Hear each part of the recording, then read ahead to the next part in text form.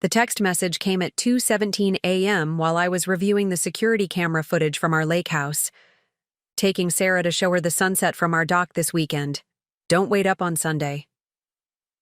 My husband didn't know that I'd already changed. All the locks, emptied the wine cellar, and installed cameras everywhere. I watched the screen as his key failed again and again, his mistress shivering in her cocktail dress as the rain soaked them both.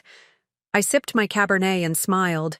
Some lessons are best taught through experience. Before we jump back in, tell us where you're tuning in from, and if this story touches you, make sure you're subscribed, because tomorrow, I've saved something extra special for you. My coffee was still warm when the notification pinged on my laptop. Thomas had forgotten to log out of our shared cloud account again. A rookie mistake for a man supposedly smart enough to become one of Boston's top investment bankers. But then again, brilliance in the boardroom rarely translates to competence in deception. I wasn't looking for evidence. After 18 years of marriage, I'd grown accustomed to trusting Thomas implicitly. We had built what I thought was a perfect life together. Our historic Beacon Hill townhouse, our 3 children attending elite private schools, our vacation property on Lake Winnipesaukee that had been in my family for generations. The social calendar filled with charity galas, the country club memberships, the carefully curated image of success. The photos loaded automatically from his phone, dozens of them featuring a woman I'd never seen before. Long copper hair, probably 10 years younger than my 42 years, laughing on a sailboat I recognized as belonging to Thomas's colleague. In one particularly intimate shot, they were wrapped in each other's arms at what appeared to be a restaurant I didn't recognize, his lips pressed against her neck, her eyes closed in obvious pleasure. My hands didn't shake. My breath didn't quicken. Instead, a peculiar calm washed over me as I scrolled through the evidence of my husband's betrayal. Perhaps some part of me had always suspected this moment would come. Thomas had grown increasingly distant over the past year. Business trips extending through weekends. Late-night calls he took in his study with the door closed. The subtle but unmistakable pulling away when I reached for him in bed. I downloaded every photo, every text message chain I could access, and saved them to an encrypted folder. Then I closed my laptop and took a sip of coffee, now grown cold. The grandfather clock in our foyer chimed 10 times, reminding me that I had a charity board meeting at 11. Life, apparently, would continue despite the implosion of my marriage. My name is Victoria Caldwell Harrington, and until that moment, I had played every role assigned to me with impeccable precision. Supportive wife to a successful husband, devoted mother to Caroline James and little Abigail, gracious hostess, tireless philanthropist, keeper of a perfect home.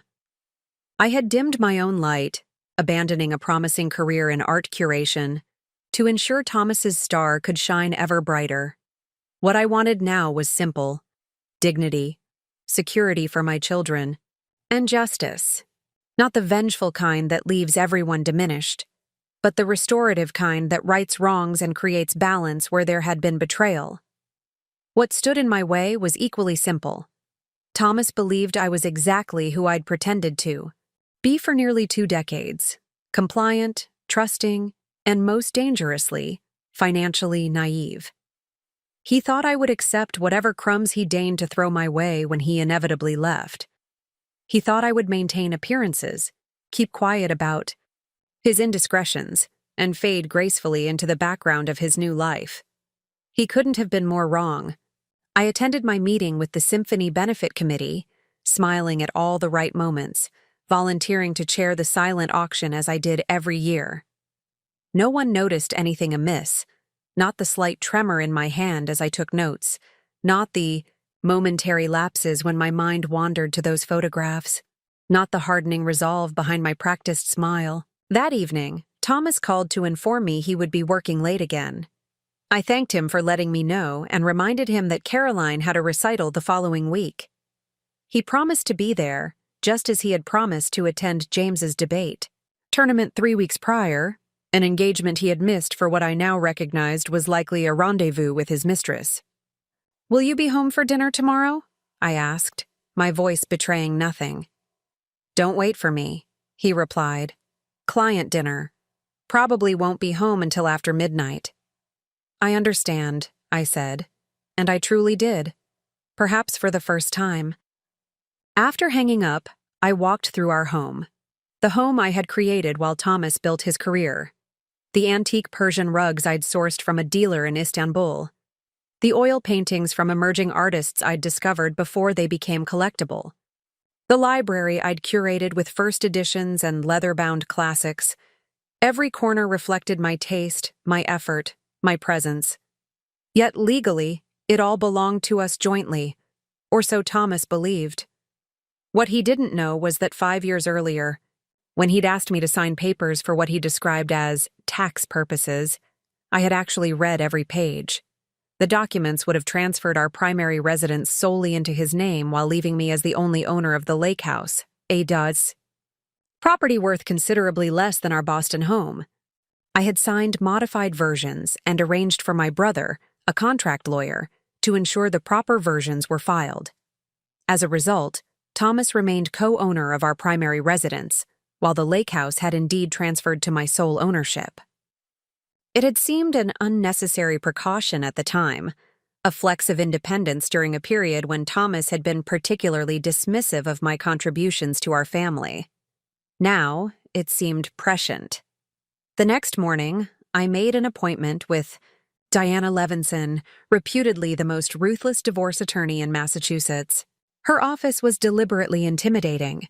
Wall-to-wall windows overlooking the financial district Thomas worked in, modern furniture in stark whites and blacks, credentials and press clippings highlighting her spectacular wins displayed in sleek frames. So, Diana said after I had explained my situation, laying out printed copies of some of the more damning photographs and text messages. You want to divorce your cheating husband. Join the club. What makes your case special, Mrs. Harrington? I'm not looking to join a club, I replied coolly. I'm looking to protect what's mine while ensuring my husband faces appropriate consequences for his choices. And it's Ms. Caldwell Harrington. I never legally changed my name, only socially. That detail seemed to interest Diana. She leaned forward slightly. Smart. What else haven't you done that your husband might assume you have? I never signed over my inheritance to our joint accounts. I maintained a separate portfolio with my family's investment advisor. I've kept detailed records of my contributions to family expenses from my independent art consultation work, and I've documented every piece of information about Thomas's affair that I could find. Diana's perfectly sculpted eyebrows rose slightly. Impressive. Most clients come in here emotional and unprepared. You seem to have a head start. What are your primary concerns? My children. Their emotional well-being and financial security are non-negotiable. I want primary physical custody, though I'm amenable to liberal visitation.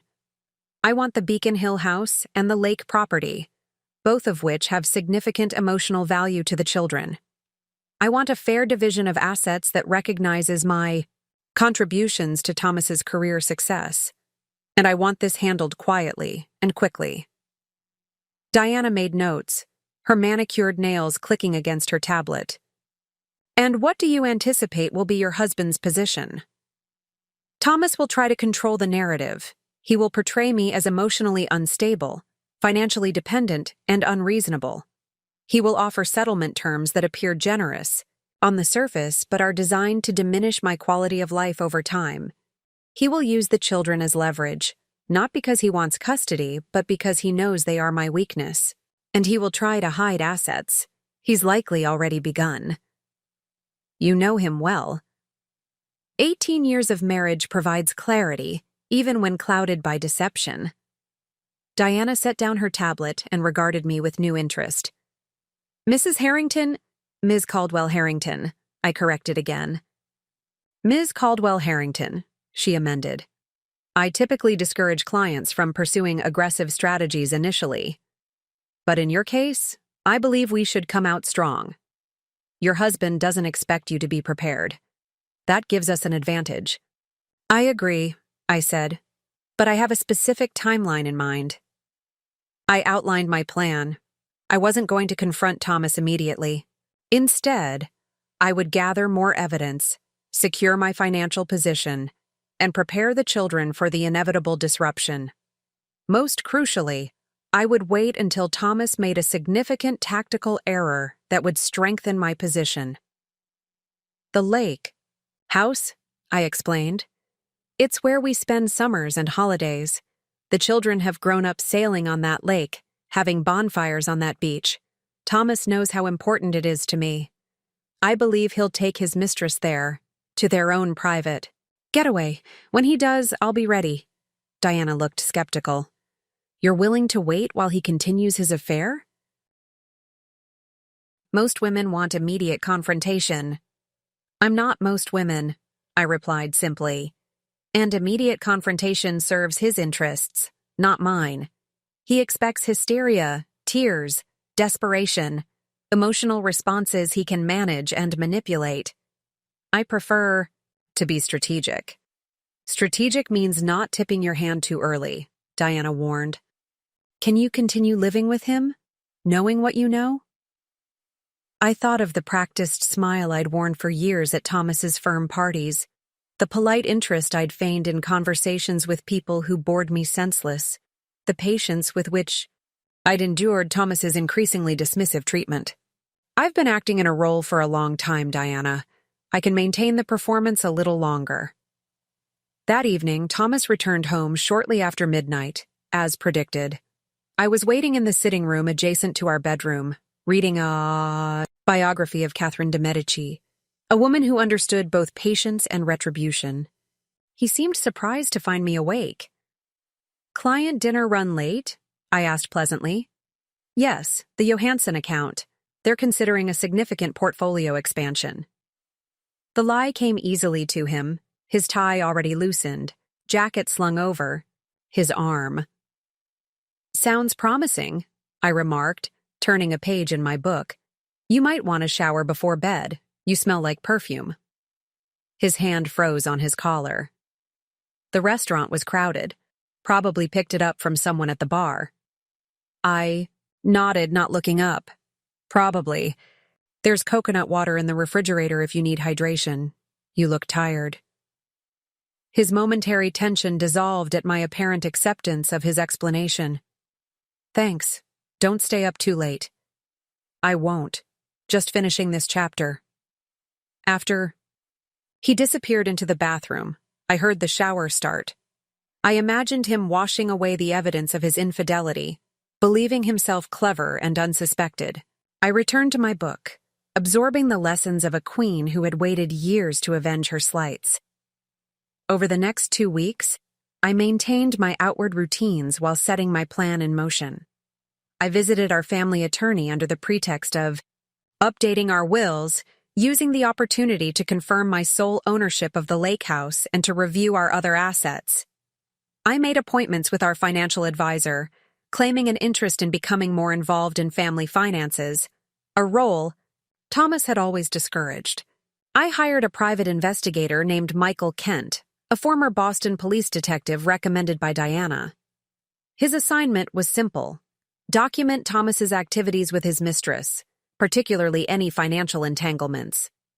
While the photographic evidence of the affair would certainly be useful, I was more interested in whether Thomas was spending our family money on his paramour. At home, I began casual conversations with our children about their summer plans. Caroline, at 17, was hoping to work as a sailing instructor at the lake, continuing a tradition she'd started the previous year. James, 15, was torn between a prestigious science camp and spending time at the lake house with his friends. Abigail, just 9, simply wanted to collect more rocks for her growing museum on the lake house porch. Dad promised we'd spend at least 3 weeks there this year, Abigail said over breakfast one morning, her legs swinging beneath the kitchen island. He said we could finally fix up the treehouse. Did he? I responded, filing away this information. Thomas hadn't mentioned any lake house plans to me. That sounds wonderful, sweetheart. I received my first report from Michael a week later. The woman in the photographs was Sarah Markham, 34, a client relations manager at a competing investment firm. Thomas had met her at an industry conference 9 months prior. Since then, they had been meeting regularly at her downtown apartment, at exclusive restaurants outside our social circle, and on weekend trips disguised as business travel.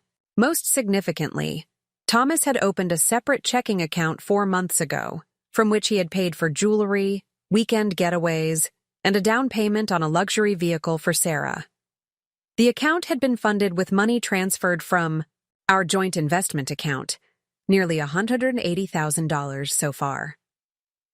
I felt a cold anger settle in my chest as I reviewed the documentation. Not only was Thomas betraying our marriage, but he was also using our family resources I had helped build through years of careful management and my own professional work, to finance his affair. That evening, Thomas mentioned casually, over dinner, that he needed to check on the lake house the following weekend. The property management company called about a potential issue with the dock. I should get up there before the spring season starts in earnest. Would you like me to come with you? I asked, passing the salad to Caroline. No need, he replied quickly. It'll be boring maintenance discussions. Besides, doesn't Abigail have her piano lesson on Saturday? Yes, she does, I confirmed, exchanging a glance with our youngest, who was making faces at her Brussels sprouts. It's thoughtful of you to remember. Later, I texted Michael with the new information. He confirmed he would arrange surveillance of the lake house that weekend. On Friday morning, as Thomas packed an overnight bag, I kissed him goodbye with practiced affection. Drive safely, I said. The forecast mentioned rain. I will, he promised, already checking his phone. I'll be back Sunday afternoon. Don't wait up. After he left, I called the Lake House Property Management Company. As I suspected, they had reported no issues with the dock. I then contacted our family locksmith, explaining that we'd had security concerns at the lake property and needed all locks changed immediately. As the sole legal owner, my authorization was sufficient. I arranged for the work to be completed that afternoon, well before Thomas would arrive. Next, I called my brother Stephen, explaining the situation in brief clinical terms. He arrived at our Boston home within the hour, helping me pack essentials for the children and myself. The kids were at school, unaware of the seismic shifts occurring in their family structure. Are you sure about this approach, Vic? Stephen asked as he loaded suitcases into his SUV. It seems unnecessarily dramatic. I'm not interested in drama, I replied calmly. I'm interested in clarity. Thomas needs to understand exactly what he's losing and why. This isn't impulsive, it's precisely calculated. We drove to Stephen's home in Cambridge, where my children would spend the weekend with their cousins under the pretense of a special cousin sleepover event I had organized. In reality, I needed them safely away from both properties while the initial confrontation unfolded. That evening, I returned, alone to the Beacon Hill house, and made final preparations. I transferred half of all our joint accounts into my newly established separate accounts. An aggressive move, but one Diana had assured me was legally defensible given the evidence of Thomas's financial infidelity. I gathered important documents, family heirlooms, and irreplaceable photographs, securing them in locations Thomas couldn't access. Finally, I activated the remote viewing application connected to the security cameras I had installed at the lake house weeks earlier, under the guise of enhanced security measures following a break-in at a neighboring property. Then I waited, a glass of Cabernet in hand, from a bottle I had removed from our cellar, along with the rest of Thomas's prized wine collection, now safely stored in Stephen's temperature-controlled basement. At precisely 7:42 p.m., the security alert pinged on my tablet. Thomas's BMW had pulled into the lake house driveway. The exterior cameras showed him emerging from the driver's side, then circling to open the passenger door with a flourish. Sarah stepped out, laughing at something, he said, her copper hair catching the security lights. She wore a cocktail dress entirely inappropriate for a weekend at a lake house in early spring, paired with impractical heels that immediately sank into the soft ground near the driveway. Thomas led her to the front door, one hand possessively, at the small of her back, the other holding a weekend bag and what appeared to be an expensive bottle of champagne. He set down the bag to search for his keys, then inserted one into the lock. Nothing happened. He tried again, jiggling the key, with increasing force. He attempted the second lock, then returned to the first. His body language shifted from confidence to confusion to frustration. Sarah said something I couldn't hear, her smile fading as light rain began to fall. Thomas pulled out his phone, presumably to call me, but appeared to reconsider. Instead, he walked around to the back of the house, leaving Sarah huddled under the small overhang by the front door. The cameras tracked him as he tried the back entrance, the side door, even the cellar bulkhead, all with new locks that his keys couldn't open. By the time he returned to Sarah, the rain had intensified. Her carefully styled hair now hung in damp strands around her face, her thin dress offering little protection against the spring chill. Thomas appeared to be explaining the situation, gesturing apologetically toward the house. I watched as they returned to the car, resembling drowned rats more than the glamorous couple who had arrived minutes earlier. Thomas looked directly at one of the cameras as they left, his expression a mixture of confusion and dawning realization. My phone buzzed with a text message. "What the hell is going on with the lake house locks?" I didn't respond. Instead, I took another sip of wine and settled deeper into my chair. The first move had been made. The game was now in play. When my phone rang 20 minutes later, I let it go to voicemail. Thomas left an angry message, demanding an explanation, his voice tight with controlled fury. I listened to it once, then deleted it. He called 5 more times over the next hour. I ignored each call, watching instead as the security cameras showed his car returning to the lake house. This time, he came alone. He examined each lock more carefully, tried his keys again with the same result, and finally stood in the pouring rain, staring up at the house with the expression I had never seen before, helplessness mixed with rage. Only when he left again did I send a single text message. "The children are safe with me. We'll discuss next steps with our respective attorneys on Monday. Enjoy your weekend." I turned off my phone after that, poured another glass of wine, and allowed myself, for the first time since discovering the affair, to feel the full weight of what had happened to my marriage and what would happen next. There were tears. I wasn't made of stone. But they were private tears, witnessed by no one. By morning, they would be dried, and I would be ready for whatever came next. Because some lessons are best taught through experience, and Thomas was about to learn perhaps the most important lesson of his life. That the woman he had underestimated for 18 years was finally stepping into her power, and she was a force to be reckoned with. Preparing and narrating this story took us a lot of time, so if you are enjoying it, subscribe to our channel. It means a lot to us. Now back to the story. The weekend passed in a strange bubble of calm determination. While Thomas continued his barrage of increasingly angry messages, I focused on creating stability for our children. We baked cookies in my brother's spacious kitchen, watched movies in their media room, and played board games that elicited genuine laughter from even my usually reserved teenage son. If the children noticed anything unusual about our impromptu cousin weekend, they didn't mention it. Stephen's wife, Melissa, pulled me aside Saturday evening after the children had gone to bed. "How are you really doing, Victoria?" she asked, handing me a glass of scotch on the porch of their Cambridge Victorian. I considered the question carefully. "I'm clear," I finally answered. There's a certain relief in finally having confirmation of what I've suspected for months. No more second-guessing myself. No more wondering if I'm being paranoid. "That's not what I asked," Melissa pressed gently. As a clinical psychologist, she had an annoying habit of pushing past surface responses. I sighed, watching my breath form a small cloud in the cool spring air. "I'm angry. I'm hurt. I'm worried about the children. But mostly, I'm resolute. Thomas has underestimated me for the last time. Melissa nodded, her expression a mixture of concern and admiration. Just remember that revenge and justice aren't the same thing. One heals, the other perpetuates. I'm not interested in revenge, I replied, though even I could hear the edge in my voice. I'm interested in consequences. Natural, proportionate, consequences for choices made with full awareness of potential outcomes. Spoken like someone who's definitely not plotting revenge, she said with a small smile. I returned her smile despite myself.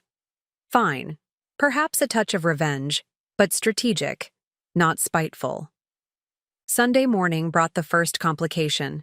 Caroline, astute as always, cornered me in the guest bathroom while I was applying makeup. "Mom, what's really going on?" she demanded, her arms crossed in a posture so reminiscent of her father that I nearly flinched. "Dad's texted me 6 times asking where we are and if we're with you. He sounds worried, but also weird.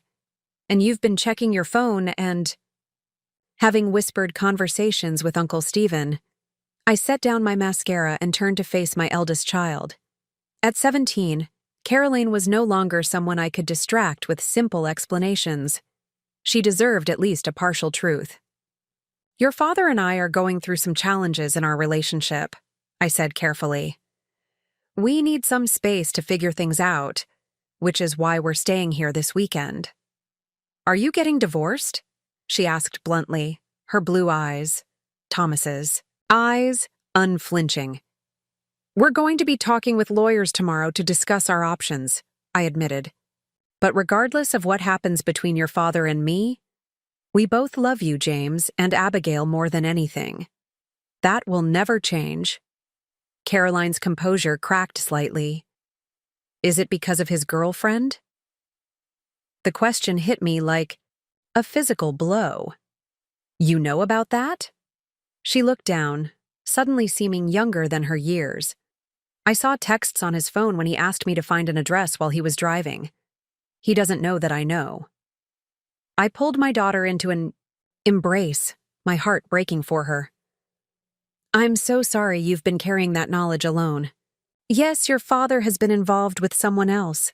That's part of why we're in this situation." When she pulled back, I was surprised to see not sadness, but determination in her expression. "He's an idiot," she stated flatly. "And if he thinks you're just going to fall apart, he clearly hasn't been paying attention." In that moment, I saw myself in my daughter, not the carefully constructed society wife I'd become, but the fierce, ambitious young woman I'd been before I'd started dimming my light for Thomas's comfort. I made a silent vow that Caroline would never feel the need to make herself smaller for anyone. "No," I agreed. "I'm not falling apart, but I do need your help with your siblings. They don't know anything yet, and I'd like to tell them properly once I have more information about what happens next." Caroline nodded. "I won't say anything, but James isn't stupid, Mom. He's probably already figured out something's wrong." She was right, of course. By Sunday evening, when we returned to our Beacon Hill home, after I'd confirmed via security footage that Thomas had checked into the Four Seasons rather than returning home, James was withdrawn and watchful, while even 9-year-old Abigail seemed subdued. I gathered them in our family room, the space where we'd opened Christmas presents and celebrated birthdays, where we'd built pillow forts during thunderstorms and read stories on lazy Sunday afternoons. The room felt different now, as if the foundation beneath it had shifted. "I have something difficult to discuss with you," I began, keeping my voice steady. "Your father and I are having some serious problems in our marriage. We're going to be living separately for a while we work with lawyers to figure out the best path forward." "Are you getting divorced?" James asked immediately, his analytical mind cutting to the most likely conclusion. "That's a strong possibility," I acknowledged. "But nothing is finalized yet."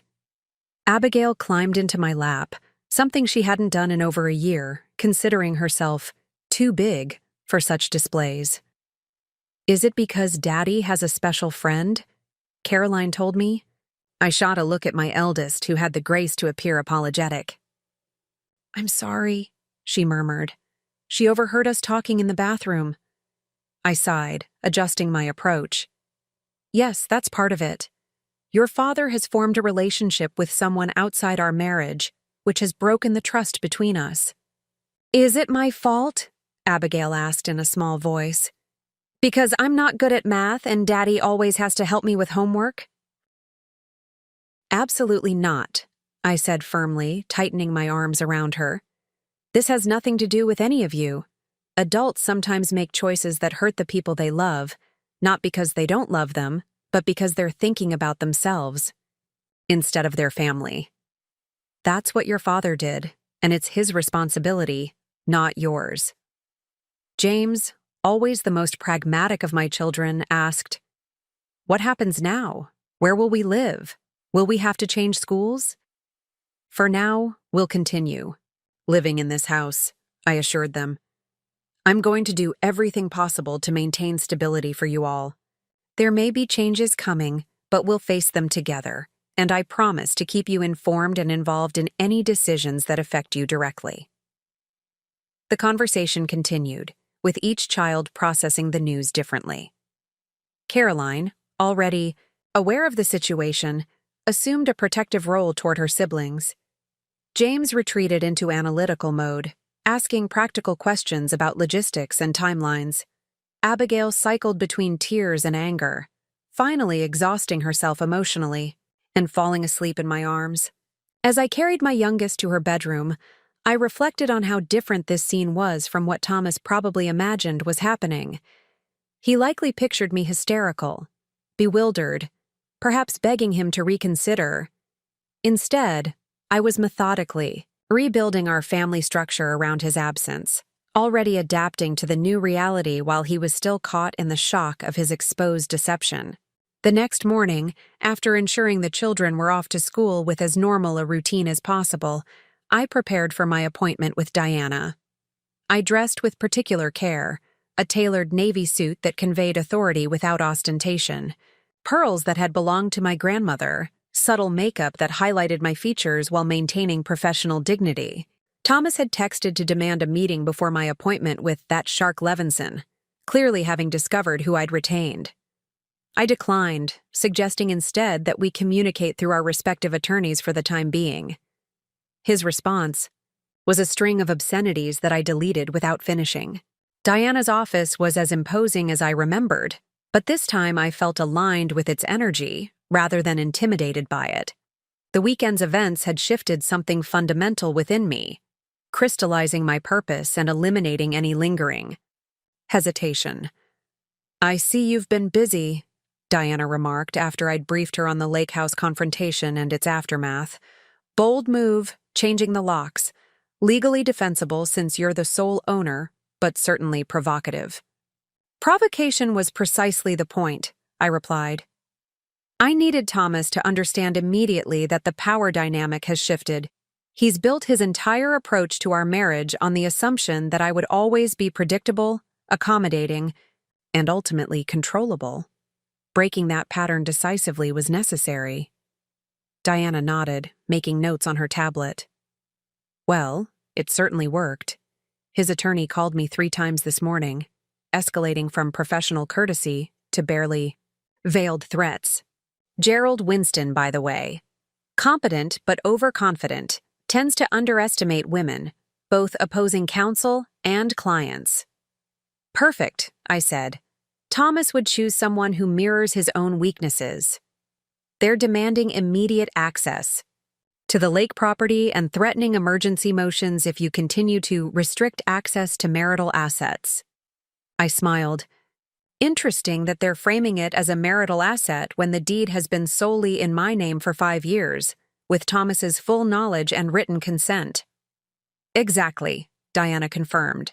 It's an empty threat. More concerning is their position on your removal of funds from joint accounts. They're characterizing it as financial misconduct and using it to justify an emergency petition for temporary control of all marital assets. As expected, I replied. which is why we have documentation of Thomas's own financial misconduct.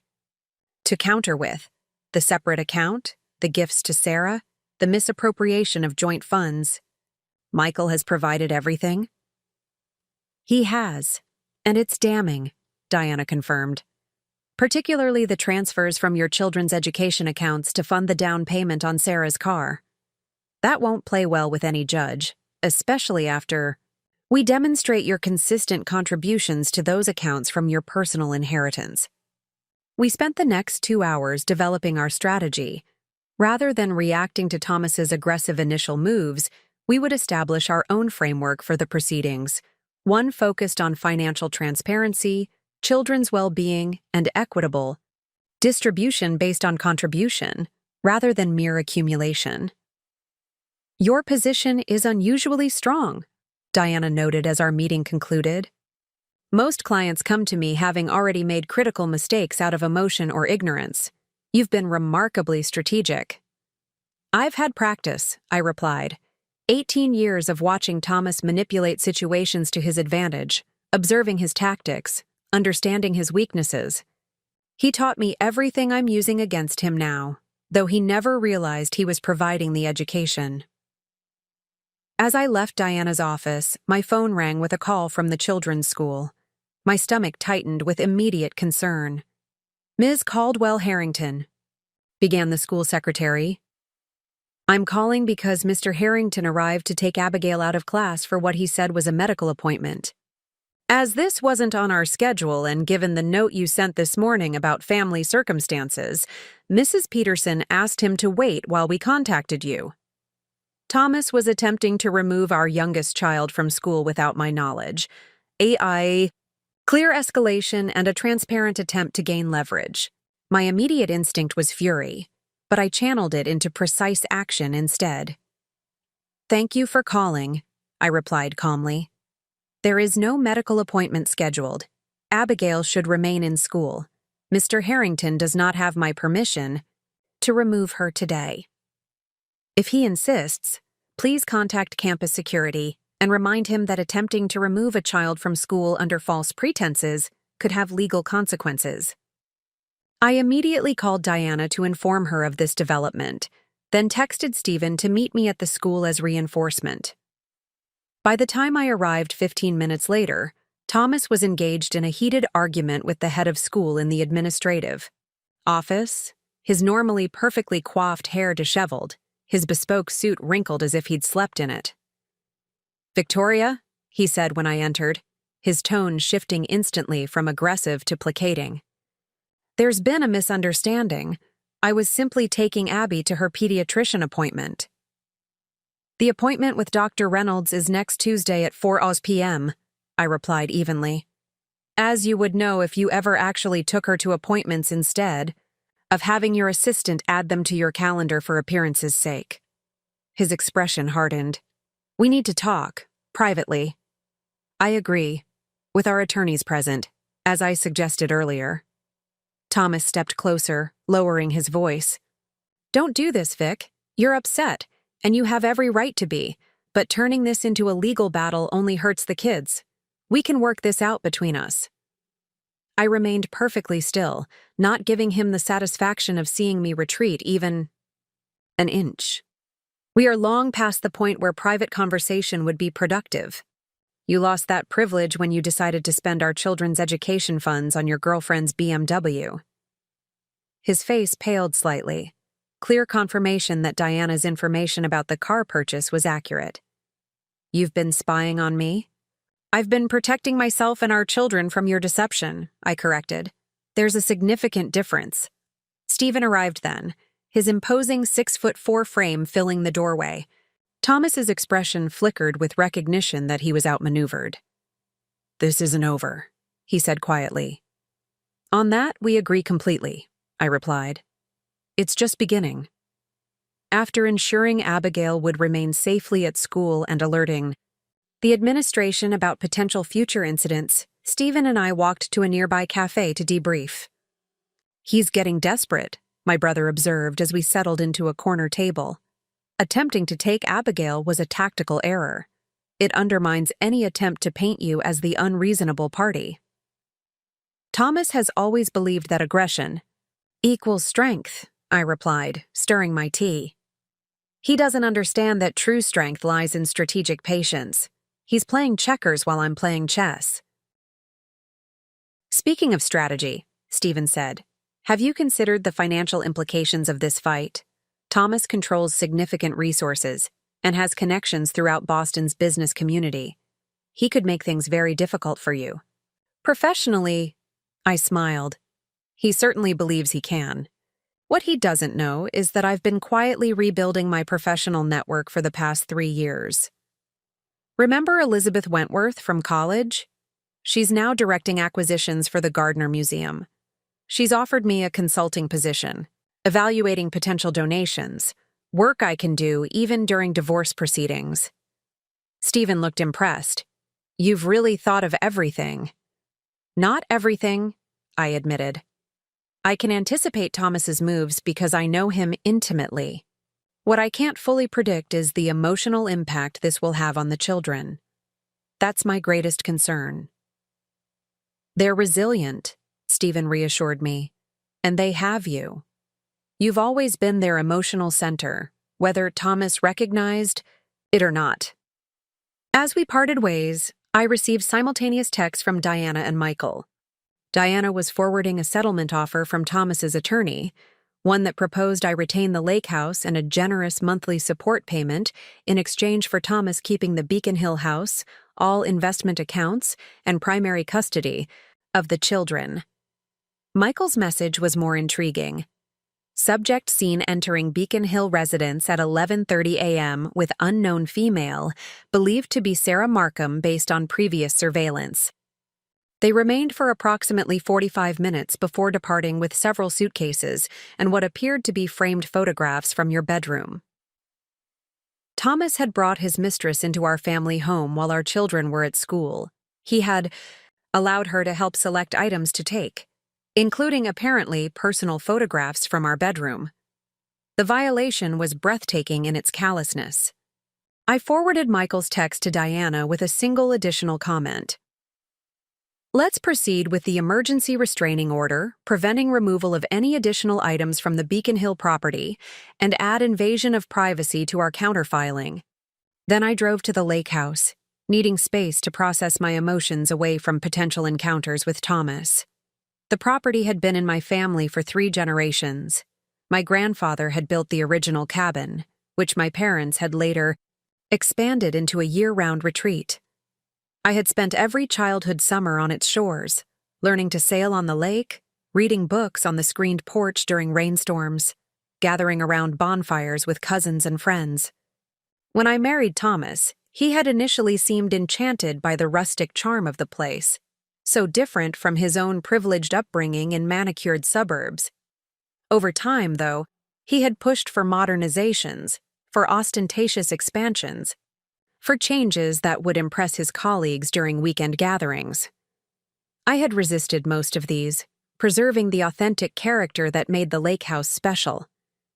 Now, as I unlocked the door with my new key, I felt a profound sense of reclamation. This space that held my history had nearly become collateral damage in Thomas's midlife reinvention.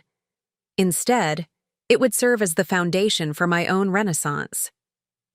I walked through the quiet rooms, running my hands over the worn pine tables, the shelves lined with board games and dog-eared paperbacks, the handmade quilts draped over sofas. In the main bedroom, I opened the closet to find Thomas's expensive fishing gear and designer casual wear still hanging neatly, waiting for weekend excursions that would never come. I began methodically removing his belongings, not in anger, but with the calm efficiency of someone clearing space for new growth. Each item went into boxes labeled with his name, not destroyed or damaged, but decisively separated from the fabric of my ongoing life. By evening, I had removed every trace of Thomas from the lake house, transforming it from a contested space back into my sanctuary.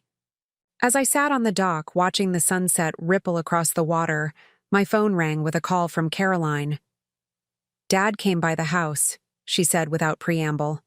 He wanted to take us to dinner to explain his side of things. James refused to. Oh.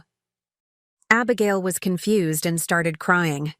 I told him this wasn't the right way to handle it. I closed my eyes, picturing the scene. How did he respond? He got really quiet, then said we'd been poisoned against him. That's when I told him I'd known about Sarah for months. He looked like I'd slapped him. I'm sorry you had to deal with that, I said. I'm coming home right away.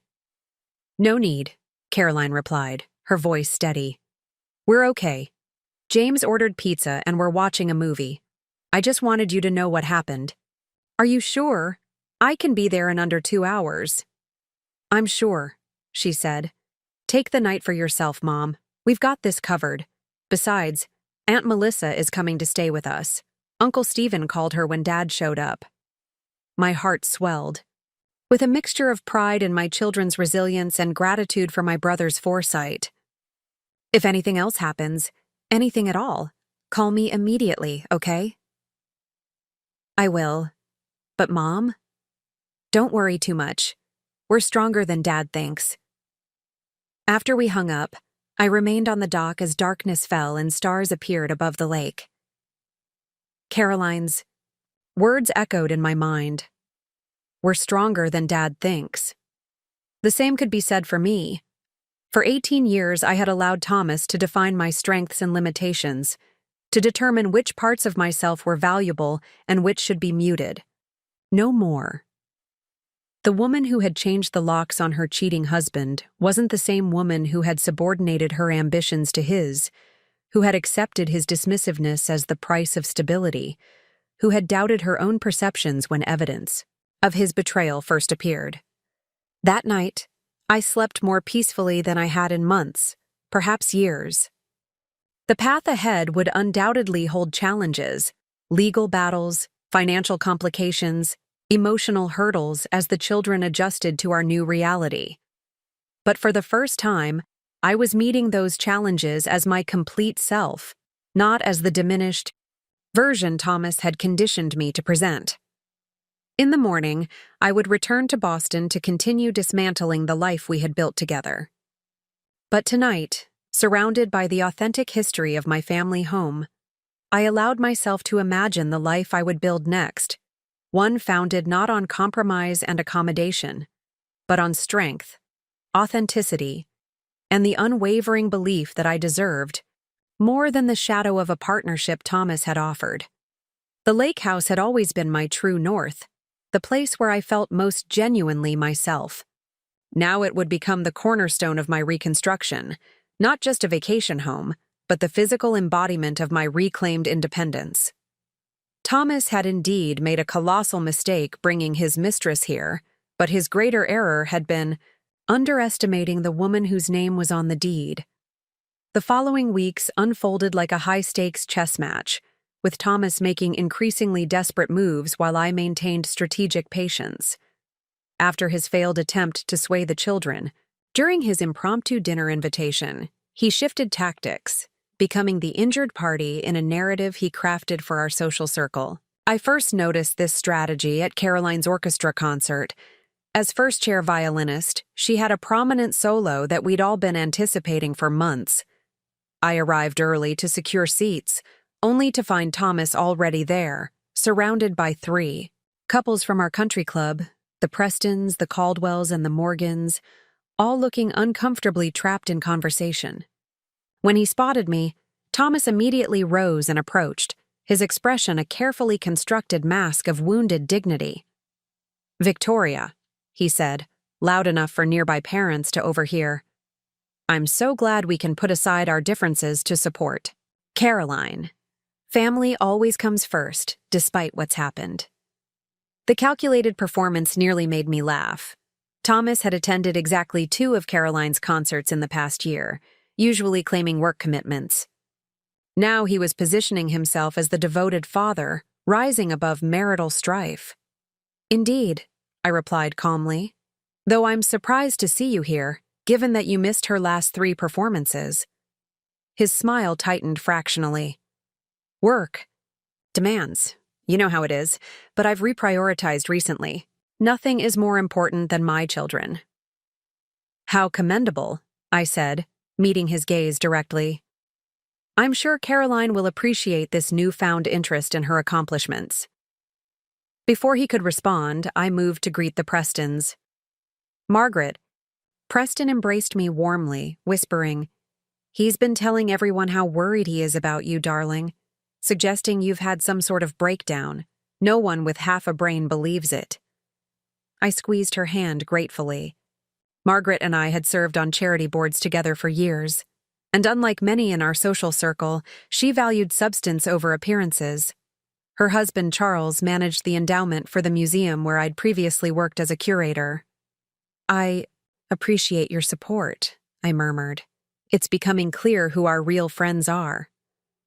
The concert proceeded beautifully, with Caroline's solo drawing a standing ovation.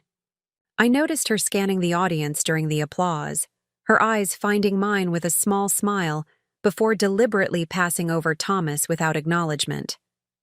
Afterward, as parents and students mingled in the lobby, Thomas attempted to create a family tableau, positioning himself beside me as Caroline approached with her violin case.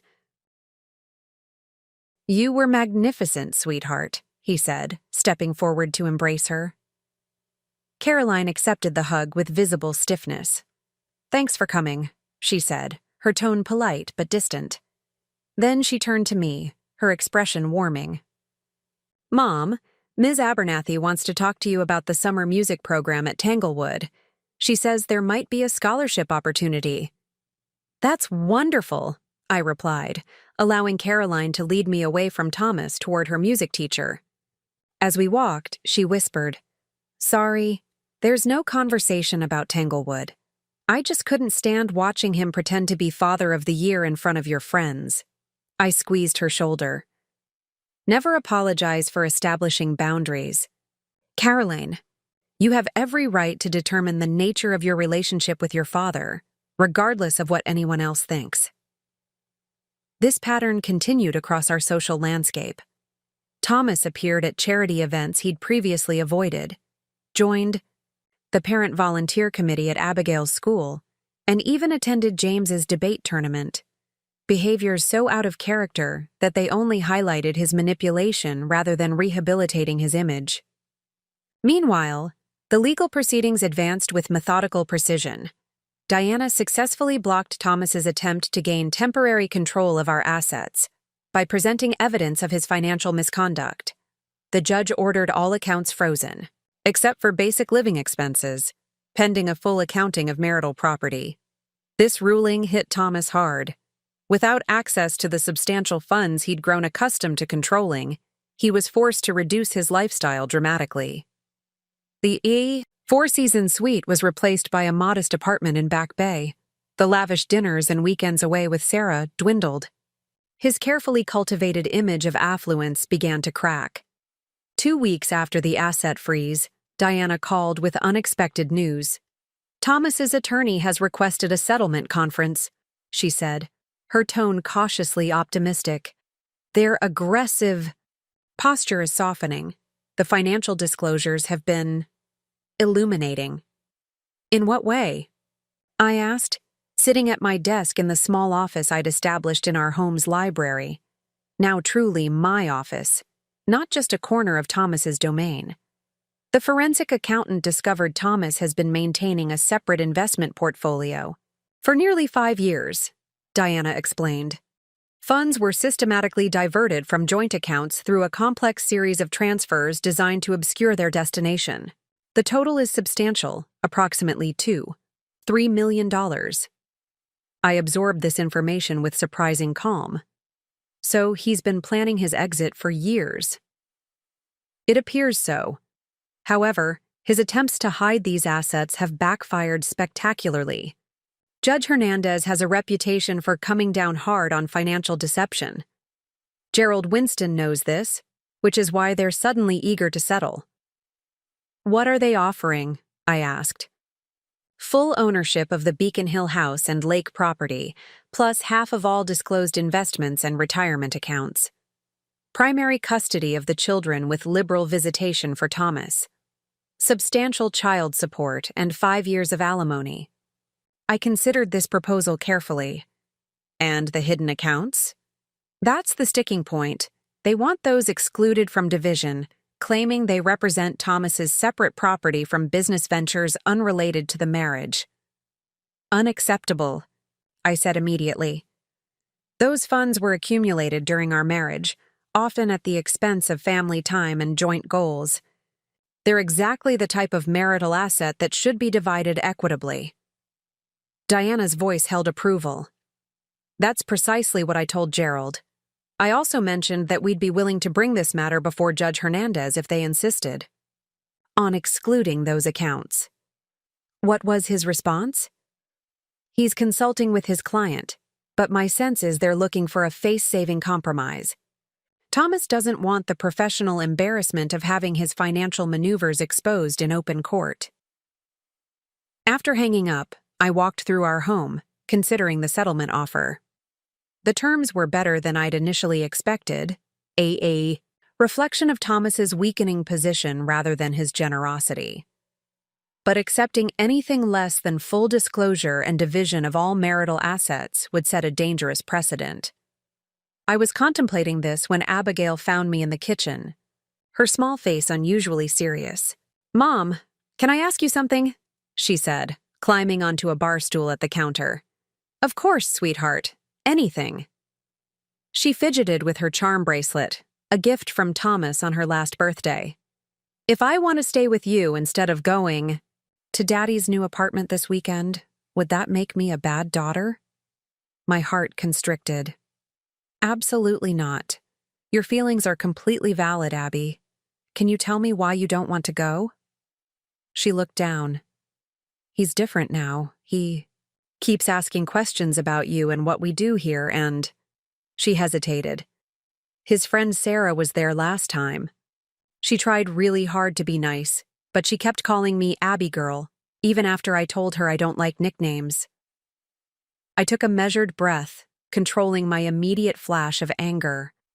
Thomas had agreed not to introduce Sarah to the children until we'd finalized our custody arrangement and consulted with a family therapist about the best approach.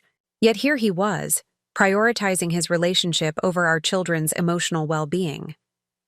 "Thank you for telling me this," I said, keeping my tone even. "Would you feel comfortable if I spoke with Dad about making sure Sarah isn't there during your visits, at least for now?" Abigail nodded, relief evident in her posture. "I don't hate her or anything. I just don't want to pretend she's my friend when she's the reason you and Daddy aren't together anymore." "That's a very mature perspective," I said, marveling at my daughter's emotional intelligence. "And while Sarah is part of the situation, remember that adult relationships are complicated. Your father and I had problems before Sarah entered the picture." "I know," Abigail said with surprising wisdom. "Caroline says Dad stopped appreciating you a long time ago." Later that evening, I called Thomas to address Abigail's concerns. His initial defensiveness quickly gave way to rationalization. "Sarah only stopped by briefly to drop off some documents," he claimed. "She's trying to be friendly with the children. That's healthier than treating her like she doesn't exist." "We agreed to work with Dr. Levine on a transition plan before introducing any new partners to the children," I reminded him. "You've violated that agreement, and now Abigail is uncomfortable visiting your apartment." This is exactly the kind of overreaction. "This isn't about me, Thomas," I interrupted firmly. "This is about Abigail's expressed discomfort. You have a choice to make: honor her boundaries and rebuild trust, or force her into uncomfortable situations and damage your relationship further." His silence told me the message had penetrated. "Fine. Sarah won't be present during visitation until we've consulted with Dr. Levine. But Victoria, you need to understand that she's an important part of my life. The children will have to accept that eventually." "They'll accept what feels authentic and respectful," I replied. "Children have remarkable insight into adult motivations. If your relationship with Sarah is genuine and you approach their feelings with sensitivity, they'll adjust over time. If you prioritize your convenience over their emotional needs, they'll draw their own conclusions. After hanging up, I realized how profoundly my approach to Thomas had changed. Where once I would have acquiesced to his framing of any situation, now I established clear boundaries and held firm. The change felt revolutionary, yet somehow completely natural, as if I'd finally stepped into my authentic self after years of contorting to fit his expectations. The next morning, Diana called again. Thomas's team has reconsidered their position, she said without preamble. They're now offering to include the separate accounts in the asset division, but only at 30% rather than 50%, 45% and full transparency on how those funds were accumulated and managed, I countered immediately. I want a complete forensic trace to ensure nothing else has been hidden. I'll convey your terms, Diana agreed. Also, there's another development. Thomas has requested a private meeting with you. No attorneys present. My guard immediately rose. To what end? He claims he wants to discuss co-parenting arrangements directly, but I suspect he believes he can manipulate you more effectively, one-on-one. My advice would be to decline. I considered this carefully. No, I'll meet with him, but on neutral ground and with conditions. The conversation will be limited to the children's well-being, and I want it recorded to prevent any mischaracterization afterward. Diana sounded skeptical. Are you sure? Thomas can be quite persuasive when he wants something. He can be persuasive with the version of me he thinks he knows, I corrected. That version no longer exists. We arranged to meet at a quiet cafe near the public garden, a location public enough to discourage emotional outbursts but private enough for a serious conversation. I arrived early, selecting a corner table that afforded both privacy and a clear line of sight to the entrance. Thomas appeared precisely on time, dressed in a casual button-down and slacks rather than his usual tailored suit, a calculated choice to appear more approachable. I recognized the strategy immediately. It was the same one he used when trying to soften potential clients during difficult negotiations. Victoria, he said, sliding into the chair opposite mine. Thank you for agreeing to meet. I think we're overdue for a conversation without legal filters. I appreciate your interest in more direct communication, I replied evenly. As we discussed, this conversation will focus on the children's needs and how we can best support them through this transition. He nodded, his expression contrite. Before we get to that, I want to acknowledge that I've handled many aspects of our situation poorly.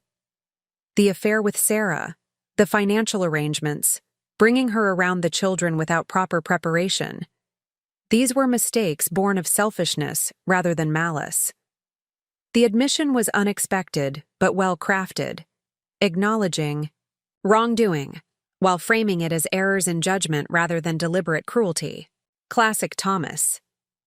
I appreciate the acknowledgement, I said. However, understanding the difference between selfishness and malice is cold comfort when facing the consequences of either. His jaw tightened briefly before he relaxed his expression. Fair enough. I suppose I'm trying to say that despite my mistakes, my commitment to our children remains absolute. They deserve better than being caught in a protracted legal battle between parents who once loved each other deeply. I met his gaze directly. On that point, we agree completely. The children's well-being is my highest priority. That's precisely why I've insisted on clear boundaries, predictable transitions, and professional guidance for integrating new relationships into their lives. And I've accepted those terms, Thomas said, leaning forward. But Victoria, don't you think we could resolve our financial matters with similar directness? The lawyers are draining resources that could better serve our family's future. There it was, the true purpose of this meeting. Not concern for our children, but an attempt to circumvent the legal process that was increasingly exposing his financial misconduct. Our children benefit most from a clear, equitable resolution that respects both partners' contributions to the marriage, I replied calmly. The legal process, while sometimes uncomfortable, ensures transparency and fairness. Given the discovery of hidden accounts and misappropriated funds, I believe that structure remains necessary. His expression hardened. Those accounts represent investments I developed through my professional expertise. Your contribution to those specific assets was minimal at best. My contribution was creating the stable family environment that allowed you to focus exclusively on your career, I countered. It was maintaining our social connections that benefited your professional advancement. It was raising our children while you worked 80-hour weeks and traveled constantly. It was managing our household affairs so effectively that you never had to consider the mechanics of your comfortable life. I leaned forward slightly. You built your career on the foundation of my unpaid labor, Thomas. The law recognizes that contribution, even if you don't. He sat back, momentarily speechless. In 18 years of marriage, I had never articulated my value so directly. I had accepted his narrative that my contributions were expected and unremarkable while his were exceptional and deserving of privilege. I never thought of it that way, he finally said, his tone genuine for perhaps the first time in our conversation. I know, I replied simply. That's part of the problem. After a moment, he changed tactics again. What about the children's preference? They've made it clear they want to live with you. I'm not contesting primary custody anymore. Doesn't that demonstration of good faith merit some flexibility on the financial terms? Conceding a position you couldn't win anyway isn't a meaningful concession, I observed. The children have expressed their preference, and any judge would honor it given the circumstances. You're not offering something generous. You're acknowledging reality. Thomas's frustration became visible, a muscle jumping in his jaw, his fingers tightening around his coffee cup. He wasn't accustomed to having his manipulations named so directly. What do you want, Victoria? He asked finally. Beyond what the lawyers are already negotiating, there must be something I can offer to resolve this more amicably. I considered his question carefully. What did I want that wasn't already being addressed in our legal negotiations? The answer came with surprising clarity. Honesty, I said. Not just about finances or custody arrangements, but about our marriage. I want you to stop revising history with our friends, with the children, and perhaps most importantly, with yourself. Our marriage didn't suddenly collapse when I discovered your affair. It eroded through years of disrespect, dismissal, and dishonesty.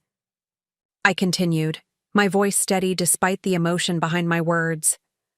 You didn't value my intelligence, my insights, or my ambitions. You viewed me primarily as an accessory to your success, the appropriate wife for a man of your stature. When I expressed desires that didn't align with that role, you discouraged them as impractical or unnecessary. Thomas looked genuinely uncomfortable now. That's an unfair characterization. Is it? When I wanted to return to curatorial work, after Abigail started school, who called it a hobby and suggested it would interfere with your firm's social obligations. When I proposed using my inheritance to start an art consultancy, who dismissed it as playing at business and redirected the conversation to your latest promotion? His silence was confirmation enough. What I want beyond our legal settlement is for you to recognize that pattern, I concluded. Not for my validation, I no longer need that from you. But because until you understand how profoundly you diminished me in our marriage, you'll continue those behaviors in your relationships, with our children and with Sarah or whoever follows her. Thomas stared at me with an expression I couldn't quite decipher. Shock, perhaps, or reluctant recognition. You've changed, he said finally. No, I corrected. I've remembered who I was before I started making myself smaller to accommodate. Your ego. There's a difference. Our meeting concluded shortly afterward, having accomplished neither Thomas's hidden agenda of circumventing the legal process nor my stated purpose of discussing co-parenting arrangements. Yet something significant had shifted. For the first time, I had named the underlying dynamic of our marriage directly to Thomas, without softening or qualifying my experience to protect his self-image. The following day, Diana called with news. Thomas had accepted our counteroffer of 45% division of the hidden accounts with full forensic disclosure. The settlement was proceeding without further contention. "Something changed after your meeting," she observed. "Gerald said Thomas instructed him to wrap this up fairly and quickly. Any insight into what transpired?" I thought about our conversation, about the moment when Thomas truly saw me perhaps for the first time in our marriage. "I think he finally recognized that he's not negotiating with the woman he thought he married," I replied. "He's facing the woman I actually am." 2 weeks later, we signed the final settlement agreement in Diana's office. The terms were more favorable than I'd initially hoped. Full ownership of both properties, primary custody of the children with a carefully structured visitation schedule, generous child support, 5 years of alimony, and equitable division of all assets, including those Thomas had attempted to hide. As we rose from the conference table, settlement complete, Thomas extended his hand formally. "I wish things had ended differently between us," he said, his tone carefully neutral. I accepted the handshake briefly. "I don't," I replied honestly. "This ending, difficult as it's been, has allowed me to reclaim parts of myself I'd nearly forgotten existed. For that, I'm grateful." His expression flickered with something like regret before he nodded and departed, Gerald Winston trailing. Behind him with a briefcase full of signed documents, Diana watched them leave before turning to me with a satisfied smile. "Congratulations, Victoria. You've achieved everything we aimed for and then some." "Thank you for your guidance," I replied. "I couldn't have navigated this without your expertise." "You give me too much credit," Diana said, surprising me with her candor. "Most clients come to me broken by betrayal or burning with revenge. You came with clarity and strategy. My job was mostly staying out of your way while you reclaimed what was rightfully yours." That evening, I gathered the children in our family room, truly our family room now, secured for our future without contingencies or compromise. "The divorce is finalized," I told them gently. "We'll be staying in this house, and you'll continue at your current schools. You'll see your father according to the schedule we've discussed, and Dr. Levine will continue working with all of us to ensure the transitions are as smooth as possible." Caroline nodded, unsurprised. James asked practical questions about holidays and summer arrangements, which I answered with the specific clarity he needed. Abigail climbed into my lap, suddenly seeming younger than her 9 years. "Are you sad, Mom?" she asked quietly. I considered her question carefully, wanting to be honest without burdening her with adult complexities. "I'm sad that our family has changed in ways that have been difficult for you children," I said finally. "But I'm not sad about the new path I'm creating for myself, or for us as a new kind of family unit. Sometimes endings make space for better beginnings." Caroline caught my eye over Abigail's head, a small smile playing at her lips. "You seem happier," she observed. "More like yourself." "I am more like myself," I agreed. "And that's something worth celebrating, not mourning." Later that night, after the children were asleep, I walked through our home with a glass of wine, mentally cataloging the changes I wanted to make now that the space was truly mine. The dark mahogany furniture Thomas had insisted upon would be replaced with lighter pieces that better reflected my aesthetic. His study would become my home office for the art consultancy I was launching with Elizabeth. The formal dining room we'd use twice a year for his business dinners would transform into a casual gathering space for family meals and teenage homework sessions. As I reached the main bedroom, no longer master bedroom in my mental lexicon, I realized I'd been sleeping in what had always been his side of the bed since he left. Tomorrow I would move to my preferred side, another small reclamation in a season of them. My phone chimed with a text from Diana. Celebrating your victory tonight. Hope you're doing the same. I smiled as I responded. Not celebrating victory. Celebrating liberation. And that was the truth. What Thomas had intended as my humiliation, being discarded for a younger woman after years of loyalty, had instead become the catalyst for my emancipation from a marriage that had slowly consumed my identity. His betrayal had forced me to remember the woman I'd been before I started compromising to maintain his comfort, a woman of intelligence, determination, and quiet strength. The locked doors at our lake house had been merely the first boundary I'd established. The most significant ones were invisible, the internal limits I'd set on allowing others to define my worth or dictate my possibilities. Thomas had brought his mistress to our vacation home, assuming ownership of space that was never truly his. He hadn't known I'd changed the locks, because he'd never bothered to understand that I'd been changing in more fundamental ways all along, rediscovering my value, reclaiming my voice, and remembering that the most important approval had never been his, but my own. Spring melted into summer, bringing with it a new rhythm to our reconfigured life. The divorce settlement was finalized, the children were adjusting to their new schedule with Thomas, and I was rediscovering aspects of myself that had been dormant for years. Like perennials emerging after a hard winter, interests and ambitions I had set aside were now blooming in the fertile soil of my independence. My consulting position with the Gardner Museum quickly evolved from part-time to substantial involvement. Elizabeth had initially offered me a role evaluating potential donations, but my expertise in contemporary Asian art soon led to more significant responsibilities. When the museum received a major bequest of Japanese prints and Chinese ink paintings, I was asked to curate a special exhibition highlighting cross-cultural influences across centuries. We need someone who understands both the historical context and current market, Elizabeth explained during a planning meeting in the museum's glass-enclosed courtyard. Your academic background combined with your collecting experience makes you uniquely qualified. The project would require extensive research, international correspondence with other institutions, and development of educational materials. Precisely the kind of multifaceted challenge I had once excelled at before, prioritizing Thomas's career and our family obligations.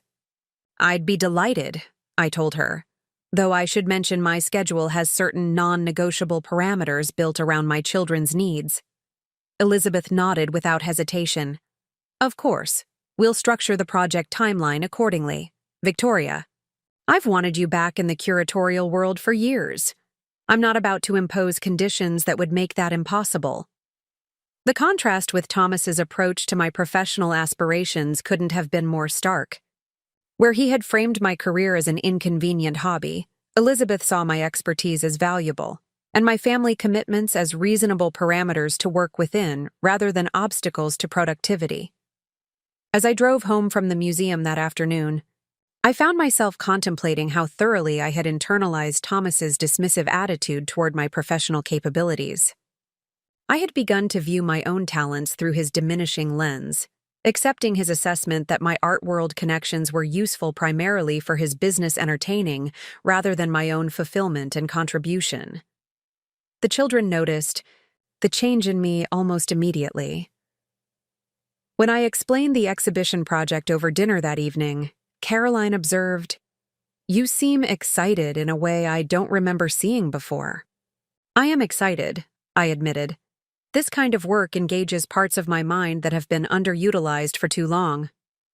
"Like when you helped me research Japanese woodblock prints for my history project last year," James noted.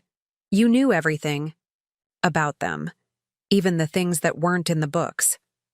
I smiled, touched by his observation. That knowledge doesn't disappear just because it isn't being actively used. It waits patiently for the right moment to become relevant again. "Like, you did," Caroline said quietly. "You waited for the right moment to become yourself again." Her insight, so perceptive for a 17-year-old, brought unexpected tears to my eyes. That's a beautiful way to think about it, I told her. Sometimes we set aspects of ourselves aside temporarily, but that doesn't mean they're gone forever. The following weekend was Thomas's first extended visitation with the children, from Friday afternoon until Sunday evening. As agreed in our settlement, he had arranged for appropriate accommodations, converting the second bedroom of his apartment into a space with bunk beds for James and Abigail, and a pull-out sofa for Caroline's privacy. Dr. Levine, our family therapist, had helped prepare everyone for this transition. The children understood they could call me at any time, but were encouraged to fully engage with their time with Thomas. Thomas understood that attempting to extract information about me or malign my character would damage his relationship with the children rather than serving his interests. As I helped Abigail pack her overnight bag, her expression grew serious. "Daddy promised we'd go to the Science Museum tomorrow," she said, carefully folding her favorite pajamas. "But sometimes he forgets his promises. If plans change, that's okay," I assured her. "The important thing is spending time together, not the specific activities." She nodded, though her skepticism remained evident. "Mom, is it okay that I'm nervous? I've never slept at Daddy's new place before." I sat beside her on the bed, pulling her into a gentle hug. "Of course it's okay to be nervous. New situations are often uncomfortable at first, but remember that your bedroom here will be waiting, exactly as you left it, and Sunday evening we'll have our movie night as planned." The hours after they departed were strangely quiet. For the first time in years, I had an extended period completely to myself, without professional or family obligations to fulfill. The silence in the house felt almost tangible, not oppressive, but unfamiliar and full of possibility. I decided to use this time for another kind of reclamation. The formal living room, with its uncomfortable antiques selected more for appearance than function, had always been Thomas's domain, the space where he entertained colleagues and impressed clients. Now it would become my reading room, a comfortable retreat where form would follow function rather than status. I began by removing the heavy brocade drapes that had always kept the room in permanent twilight, replacing them with simple linen, panels that allowed natural light to flood the space. The ornate Victorian settee, beautiful but torturous to sit on for more than 10 minutes, was relocated to the guest room. In its place, I positioned a deep-cushioned sofa I'd found at an estate sale, its clean lines and neutral fabric providing a perfect backdrop for the vibrant pillows I'd collected from various travels. The transformation continued throughout the weekend. The pretentious crystal decanters, which Thomas had insisted upon despite neither of us being whiskey drinkers, were donated to a charity auction. The massive oil painting of a hunting scene, selected by Thomas's decorator for its masculine gravitas, was replaced with a contemporary piece by a female Chinese artist I'd long admired, depicting cherry blossoms with bold, almost calligraphic strokes. By Sunday afternoon, the room was unrecognizable, lighter, more welcoming, and authentically reflective of my aesthetic, rather than Thomas's social aspirations. I settled into the new space with a book I'd been wanting to read for months, a pot of oolong tea on the side table, and classical music playing softly in the background. The doorbell interrupted this peaceful moment. Through the side window, I was surprised to see Thomas standing on the porch, tension evident in his posture. The children weren't with him, though they weren't due back for several more hours. When I opened the door, his expression confirmed something was wrong. "We need to talk," he said without preamble. "Where are the children?" I asked immediately, concern rising. "They're fine, at my apartment with my mother. She flew in unexpectedly this morning." He ran a hand through his hair, a gesture I recognized from moments of genuine distress rather than manufactured emotion. "May I come in?" I stepped aside, leading him not to my newly transformed reading room but to the kitchen, neutral territory where we'd had fewer charged interactions over the years. "What's happened?" I asked as he sat at the island, declining my automatic offer of coffee. Thomas looked uncharacteristically uncertain. "I've made a mess of things," he admitted. "With the children. With everything, really." His vulnerability was unexpected. Throughout our divorce proceedings, he had maintained a facade of confidence, even as his position weakened. Now, something had cracked that carefully constructed exterior. "Tell me what happened," I said, neither sympathetic nor accusatory, but matter of fact. "Nothing dramatic. No emergencies or incidents," he clarified quickly. "Just a weekend of small failures adding up to the realization that I don't really know my own children." He described a series of miscalculations, planning activities that didn't align with their current interests, preparing food they no longer enjoyed, making references to shared experiences that he had actually missed due to work commitments. "Caroline barely spoke to me all weekend," he continued. "James answered direct questions but volunteered nothing. Only Abigail made an effort, and even she kept asking when they'd be coming home." The pain in his voice seemed genuine. "Not when they'd be coming back to my place. When they'd be coming home. To you." I let his words hang in the air between us, neither rushing to ease his discomfort nor taking satisfaction in it. After nearly 2 decades together, I understood Thomas well enough to know this vulnerability was both genuine and temporary, a moment of clarity that would likely be rationalized away once his equilibrium returned. "Parenting isn't a performance or a transaction," I said finally. "It's a relationship built through consistent presence and genuine interest. You can't expect to step into an active role in their daily lives and immediately recapture connections that have been neglected." His expression hardened slightly. "I didn't neglect them. I provided for them. I attended the important events." "You attended the milestone events," I corrected. "But you missed the ordinary moments that make up the vast majority of their lives. You don't know Caroline prefers history to literature now, because you weren't there when she discovered her passion for historical analysis. You don't know James stopped eating dairy because you weren't at the dinner table when he realized it upset his stomach." Thomas absorbed this with uncharacteristic patience.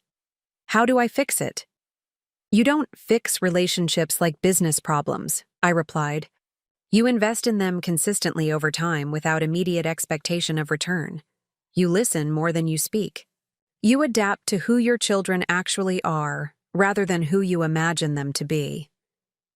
He nodded slowly. "I thought I could make up for lost time with grand gestures and exciting plans. It backfired spectacularly." "The children don't need spectacle," I said. "They need reliability. They need to know that your interest in them isn't conditional or performative, but consistent and genuine." We spoke for another hour, covering specific approaches for connecting with each child based on their individual personalities and interests. It was perhaps the most honest conversation we'd had in years, one centered on the children's needs, rather than our own grievances or agendas. As Thomas prepared to leave, he paused in the foyer, noticing the changes visible from his vantage point. "You've been redecorating," he observed. "I've been making the space reflect my preferences rather than yours," I corrected gently. "There's a difference." He smiled ruefully. "There certainly is." He gestured toward the visible corner of my new reading room. "It looks more like the apartment you had when we first met. The one with all those books and that comfortable sofa everyone fought to sit on at parties." I was surprised he remembered that small graduate student apartment where we'd begun our relationship, before his preferences had gradually overwritten mine in our shared spaces. "It was a good sofa," I acknowledged with a small smile. "It was. And this is a good house for you and the children." He seemed about to say something more, but instead nodded briefly and departed. The children returned that evening subdued, but not distressed. Caroline reported that Grandmother Harrington's surprise appearance had actually improved the weekend, her presence buffering the awkwardness between them and Thomas. "Dad really tried," she acknowledged as she helped me prepare Sunday dinner.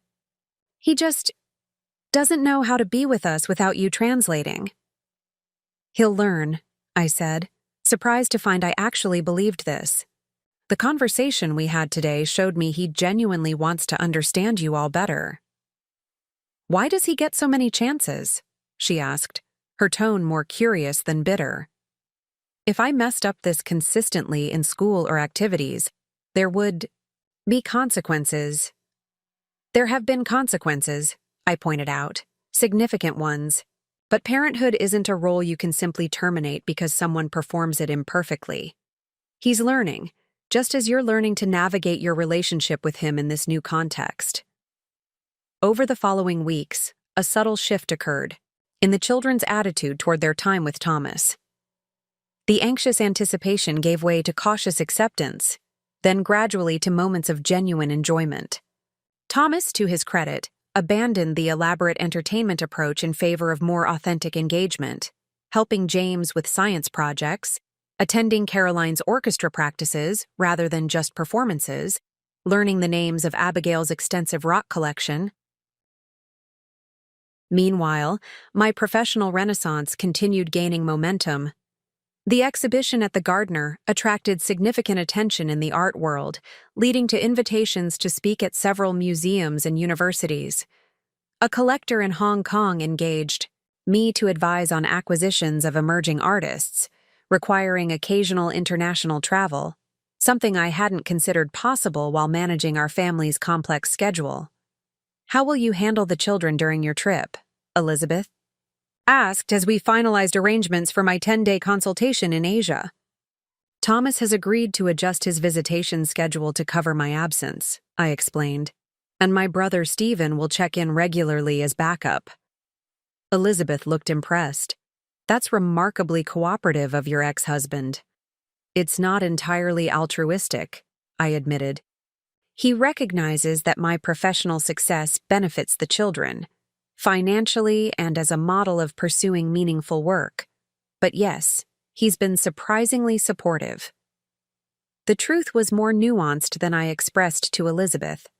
Thomas's support of my career resurgence seemed to emerge from a complex mixture of guilt, genuine respect, and the recognition that opposing my ambitions would only further damage his relationship with the children, who were fiercely proud of my accomplishments. On some level, I suspected he also appreciated the clearly defined parameters of our post-divorce relationship. The emotional ambiguity and unspoken resentments that had characterized our later years of marriage had been replaced by specific agreements, explicit boundaries, and focused communication centered on the children's well-being. Thomas functioned better with clear expectations, and divorced co-parenting provided that structure in ways our marriage never had. My first major international trip since the divorce arrived in early autumn. As I packed for Hong Kong, I experienced a strange mixture of excitement and apprehension.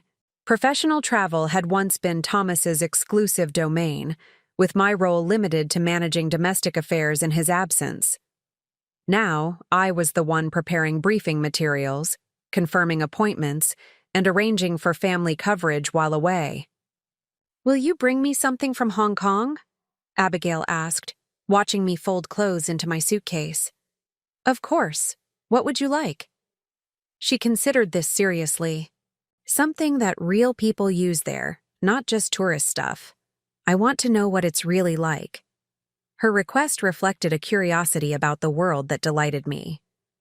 "I'll find something authentic," I promised. Caroline helped me organize my presentation materials, offering insightful suggestions about which artworks would resonate most strongly with Asian collectors. James created a detailed spreadsheet of everyone's schedules while I was gone, color-coded and annotated with contingency plans for various scenarios. As I prepared to leave for the airport, I gathered the children for a final check-in. "Remember, you can reach me anytime via FaceTime or WhatsApp. The time difference means I might be sleeping when you're awake, but I'll always return your messages as soon as possible." "We'll be fine, Mom," Caroline assured me. "Dad's actually been pretty reliable lately. And Uncle Stephen is on standby," James added, gesturing to his meticulous spreadsheet. Plus Aunt Melissa and Grandmother Caldwell. We have redundant systems in place. I laughed at his technical approach to family support. I see I've raised a contingency planner. You taught us to be prepared, he replied with a shrug. Like when you changed the locks at the lake house. His casual reference to that pivotal moment startled me. I had been careful not to discuss the specifics of Thomas's betrayal with the children, focusing instead on the general breakdown of trust in our marriage. You know about that? I asked carefully. James nodded. Dad mentioned it once. He said it was the moment he realized he'd completely underestimated you. Did he say that disapprovingly? I asked, curious about Thomas's framing of the incident. Actually, no, James replied. He seemed almost impressed. He said it was a strategic move he should have anticipated but didn't because he wasn't paying attention to who you really were. The insight into Thomas's perspective was unexpected. In our marriage, he had often dismissed my intelligence as merely adequate, certainly not strategic or formidable. The recognition that he now viewed me differently, as someone capable of outmaneuvering him, represented a significant shift in his assessment. My trip to Hong Kong proved transformative professionally. The collector who had engaged my services introduced me to his extensive network, resulting in several additional consulting arrangements. I visited studios of artists I had previously known only through their work, establishing personal connections that would enhance my curatorial perspective. Most significantly, I was invited to join the advisory board of an international art foundation focused on supporting female artists across Asia, a prestigious position that aligned perfectly with my long-standing interests. During my absence, Thomas managed the children's complex schedules with surprising competence. When minor crises arose, James developing a fever, Caroline needing emergency transportation when her debate team returned early from a competition, he handled them, capably without unnecessary drama or requests for guidance. I returned home energized by new possibilities and relieved that the family had functioned smoothly in my absence. As I unpacked my suitcase, distributing gifts collected during my travels, I realized how profoundly my perspective had shifted. In the months since the divorce, what had initially felt like an ending had transformed into an opening, a doorway to a more authentic life built on my own terms. For Abigail, I had brought a bamboo cricket cage purchased from an elderly craftsman in a traditional neighborhood, exactly the kind of authentic cultural artifact she had requested. For James, a vintage pocket astronomical calculator found in a specialized scientific antique shop. For Caroline, handmade paper and calligraphy brushes from a supplier who served professional artists. These are perfect, Caroline said, running her fingers over the brushes with appreciation. How did you know exactly what each of us would love? Because I've been paying attention, I replied simply. Not just to what you say you want, but to who you are becoming. The following weekend brought another unexpected development. Thomas called to discuss a change to our custody arrangement, his tone uncharacteristically hesitant. I've been offered a significant opportunity, he explained, a position overseeing Asian investments for the firm based in Singapore. It would mean relocating for at least 2 years, possibly longer. The news was surprising, but not entirely unexpected. Thomas had always been ambitious, and international postings represented advancement in his field. What was unexpected was his next statement. Before making any decisions, I wanted to discuss how this would affect our co-parenting arrangement. The children's stability is my primary concern. In our marriage, such opportunities had been presented as fate's accomplice, with family considerations addressed as secondary logistical issues rather than central to the decision-making process. This collaborative approach represented significant growth on Thomas's part. I appreciate your consideration, I said sincerely. Have you mentioned this possibility to the children? Not yet. I wanted to speak with you first. Then perhaps we could tell them together if I decide to accept the offer. Again, his approach demonstrated an evolution in his thinking about our family dynamics.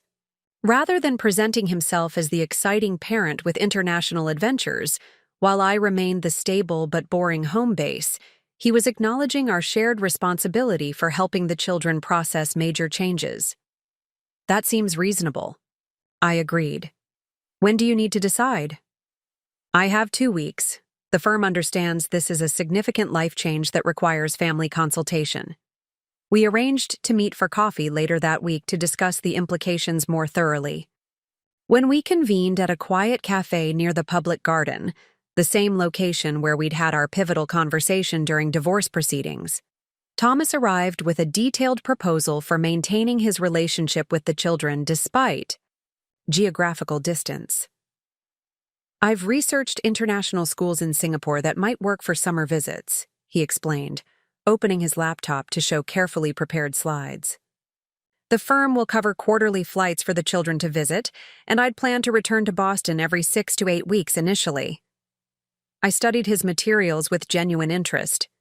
You've put considerable thought into this. I've learned from past mistakes, he acknowledged. Particularly the mistaken belief that financial provision alone constitutes adequate parenting. His self-awareness was refreshing, though I maintained healthy skepticism about its permanence. Thomas had demonstrated temporary insight before, only to revert to established patterns when circumstances changed. What about holidays? I asked. The children have established traditions at the lake house that are important to them. I've accounted for that, he said, turning to another slide in his presentation. I would coordinate my return visits to coincide with major holidays when possible, but I recognize some traditions should remain undisturbed. The lake house summers, for instance, are non-negotiable. I would work around those weeks rather than expecting the children to divide their limited vacation time. His explicit acknowledgement of the lake house's significance, the very property where his betrayal had been exposed, demonstrated remarkable growth. The locked doors that had once symbolized his exclusion from our family sanctuary now represented a boundary he recognized and respected. This is all thoughtfully considered, I told him, but ultimately the children's feelings will be the deciding factor. Caroline is entering her senior year and may have limited interest in international travel if it conflicts with college preparation. James's science competitions often occur during school breaks when you'd expect visits, and Abigail still struggles with changes to routine. Thomas nodded. Those are valid concerns. Would you be comfortable with a family meeting to discuss the possibility? I don't want to present this as decided, but as an option we're all considering together. I think that's appropriate, I agreed. It models collaborative decision-making and respects their agency in matters that affect them directly. We scheduled the family meeting for Sunday dinner, traditionally a time when all 5 of us had gathered during the marriage. As we prepared to leave the cafe, Thomas hesitated, then asked a question that caught me off guard. You seem fulfilled, Victoria. Happier than I've seen you in years. Is that an accurate assessment? I considered his question carefully. Yes, I believe it is. I'm engaged in meaningful work, maintaining authentic relationships, and living according to my own values rather than external expectations. That creates a particular kind of contentment. I'm glad, he said, and to my surprise, he seemed genuinely to mean it. You deserved better than what our marriage became. It was perhaps the most honest acknowledgement he had ever made of his role in our relationship's deterioration. Not a performative apology designed to elicit forgiveness, or a strategic concession to gain advantage, but a simple recognition of truth. Thank you for saying that, I replied. It means more than you might realize. As I walked home afterward, I reflected on the strange journey that had brought us to this point. The discovery of Thomas's affair had initially seemed catastrophic, the painful ending of a chapter I had invested 18 years in writing. Instead, it had become the catalyst for reclaiming my authentic self and building a life more aligned with my true values and capabilities. The locked doors at our lake house had been merely the first boundaries I'd established, an initial declaration of independence that had expanded into a comprehensive reclamation of my identity beyond the roles of wife and mother. The woman who had discovered her husband's betrayal and responded with strategic clarity rather than emotional devastation had surprised not only Thomas, but in some ways herself. As autumn leaves began to transform the public garden into a canvas of gold and crimson, I realized I was experiencing my own season of transformation. Not a diminishment into winter, but a vibrant display of colors that had always been present, but rarely fully expressed. The renaissance of Victoria Caldwell Harrington was well underway, and its possibilities stretched before me like an open road, inviting exploration unbound by others' limitations or expectations. The greatest revelation wasn't that I could survive without Thomas. I had always known that on some level. It was discovering how magnificently I could thrive when no longer constrained by a relationship that had required constant diminishment of my light to maintain its equilibrium.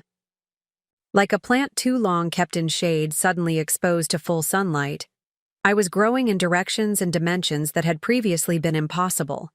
And that, perhaps, was the most valuable outcome of those changed locks, not merely keeping someone out, but finally allowing myself to fully step in.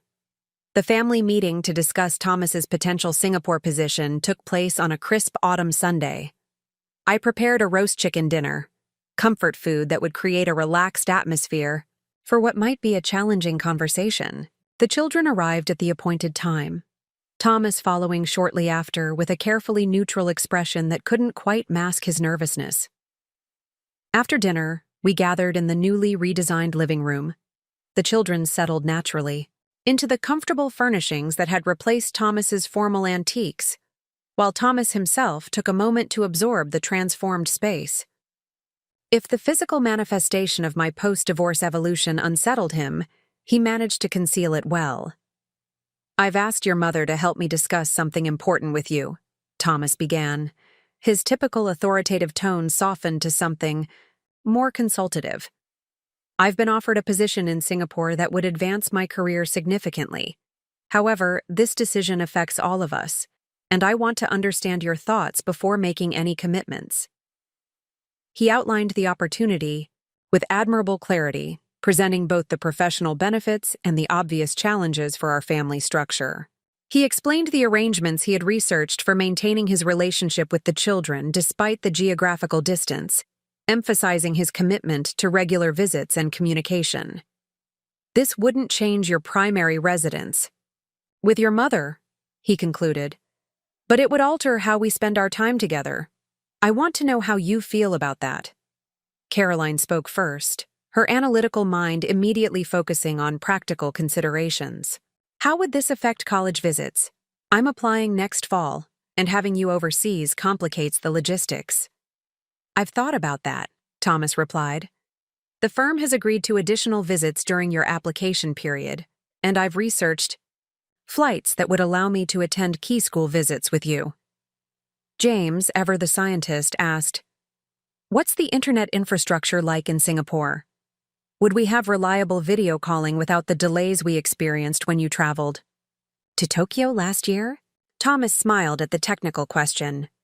"Singapore has one of the world's most advanced digital infrastructures. Their average internet speed actually exceeds ours in Boston." Abigail, quiet until then, finally asked the question that revealed her deepest concern. "If you move so far away, will you forget about us?" The directness of her question visibly affected Thomas. He moved to kneel beside her chair, taking her small hands in his. "Abigail, nothing could make me forget you. Not distance, not time zones, not anything. You, James, and Caroline are the most important people in my life." "But Sarah is important too," Abigail persisted, naming Thomas's girlfriend with the unfiltered honesty of a 9-year-old. "Is she going with you?" Thomas glanced at me briefly, clearly uncertain how to navigate this territory. I gave him a small nod of encouragement, believing the children deserved honest answers rather than evasions. Yes, Sarah has been offered a position with a partner firm, he acknowledged. But that doesn't diminish my commitment to you three. Different relationships occupy different spaces in our lives without competing with each other. Caroline's expression remained skeptical. That sounds good in theory, but in practice, you've had difficulty balancing priorities. What's different now? It was a fair question, asked without accusation, but with the clarity of someone who had observed patterns over time. Thomas didn't immediately respond, seemingly caught between defensiveness and recognition of the truth in her assessment. What's different, he finally said, is that I've learned from my mistakes. The past year has been educational. I've come to understand that professional success means very little without meaningful connections to the people who matter most. The conversation continued for over an hour, with each child expressing concerns, asking questions, and gradually working toward their individual positions.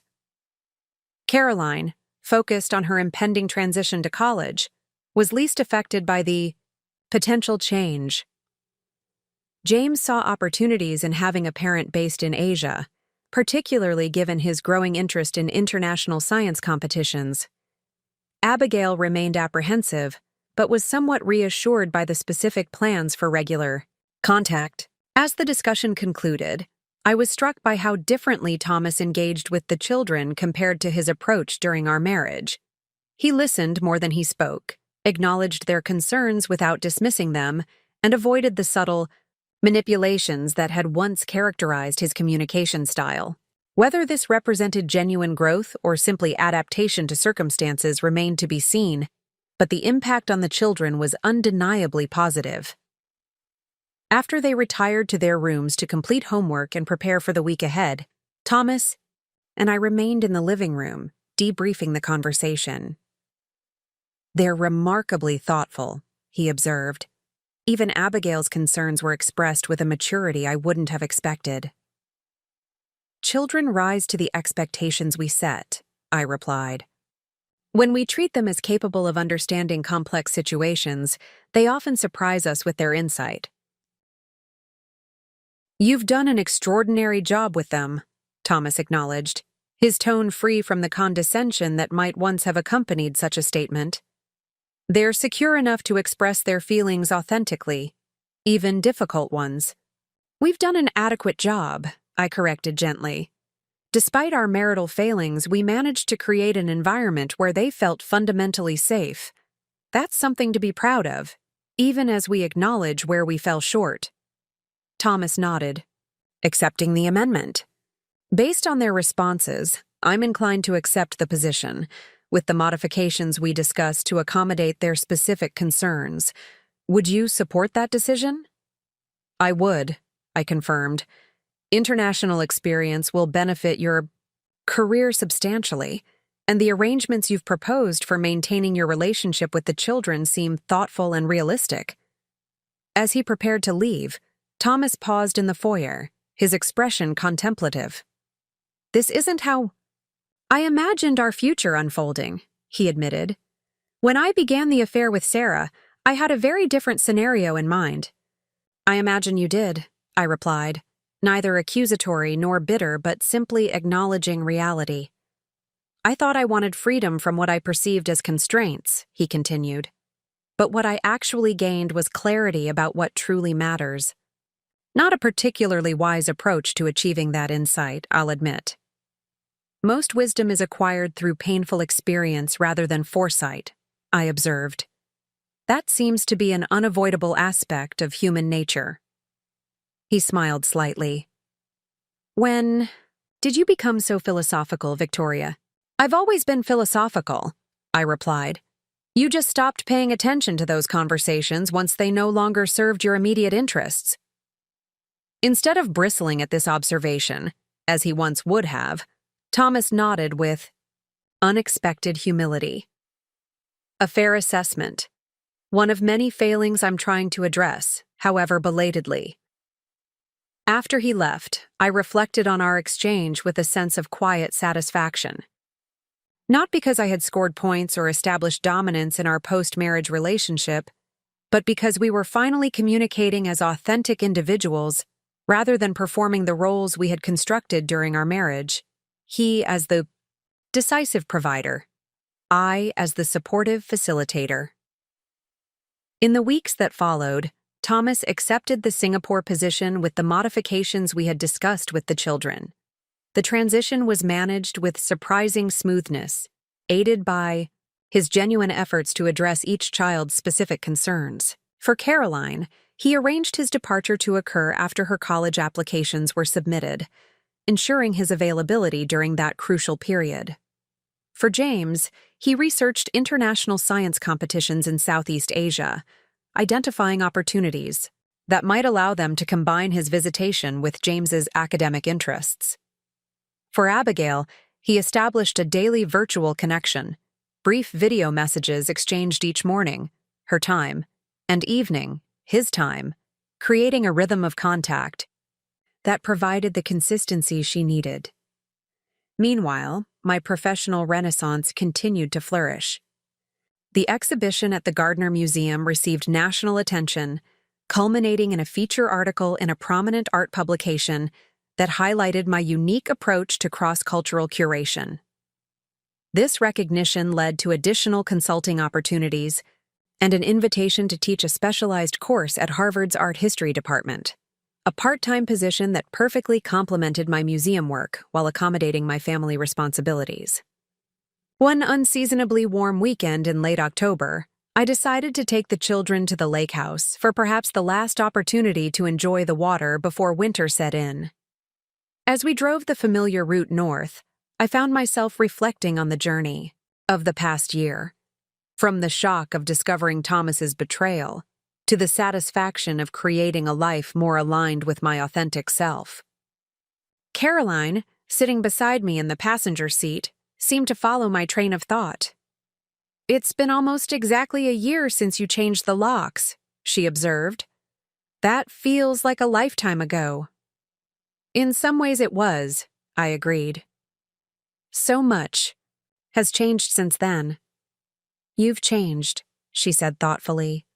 "Not just circumstances, but you yourself. You're more present now, more fully yourself." Her insight was remarkably perceptive. "That's an astute observation. I think you're right.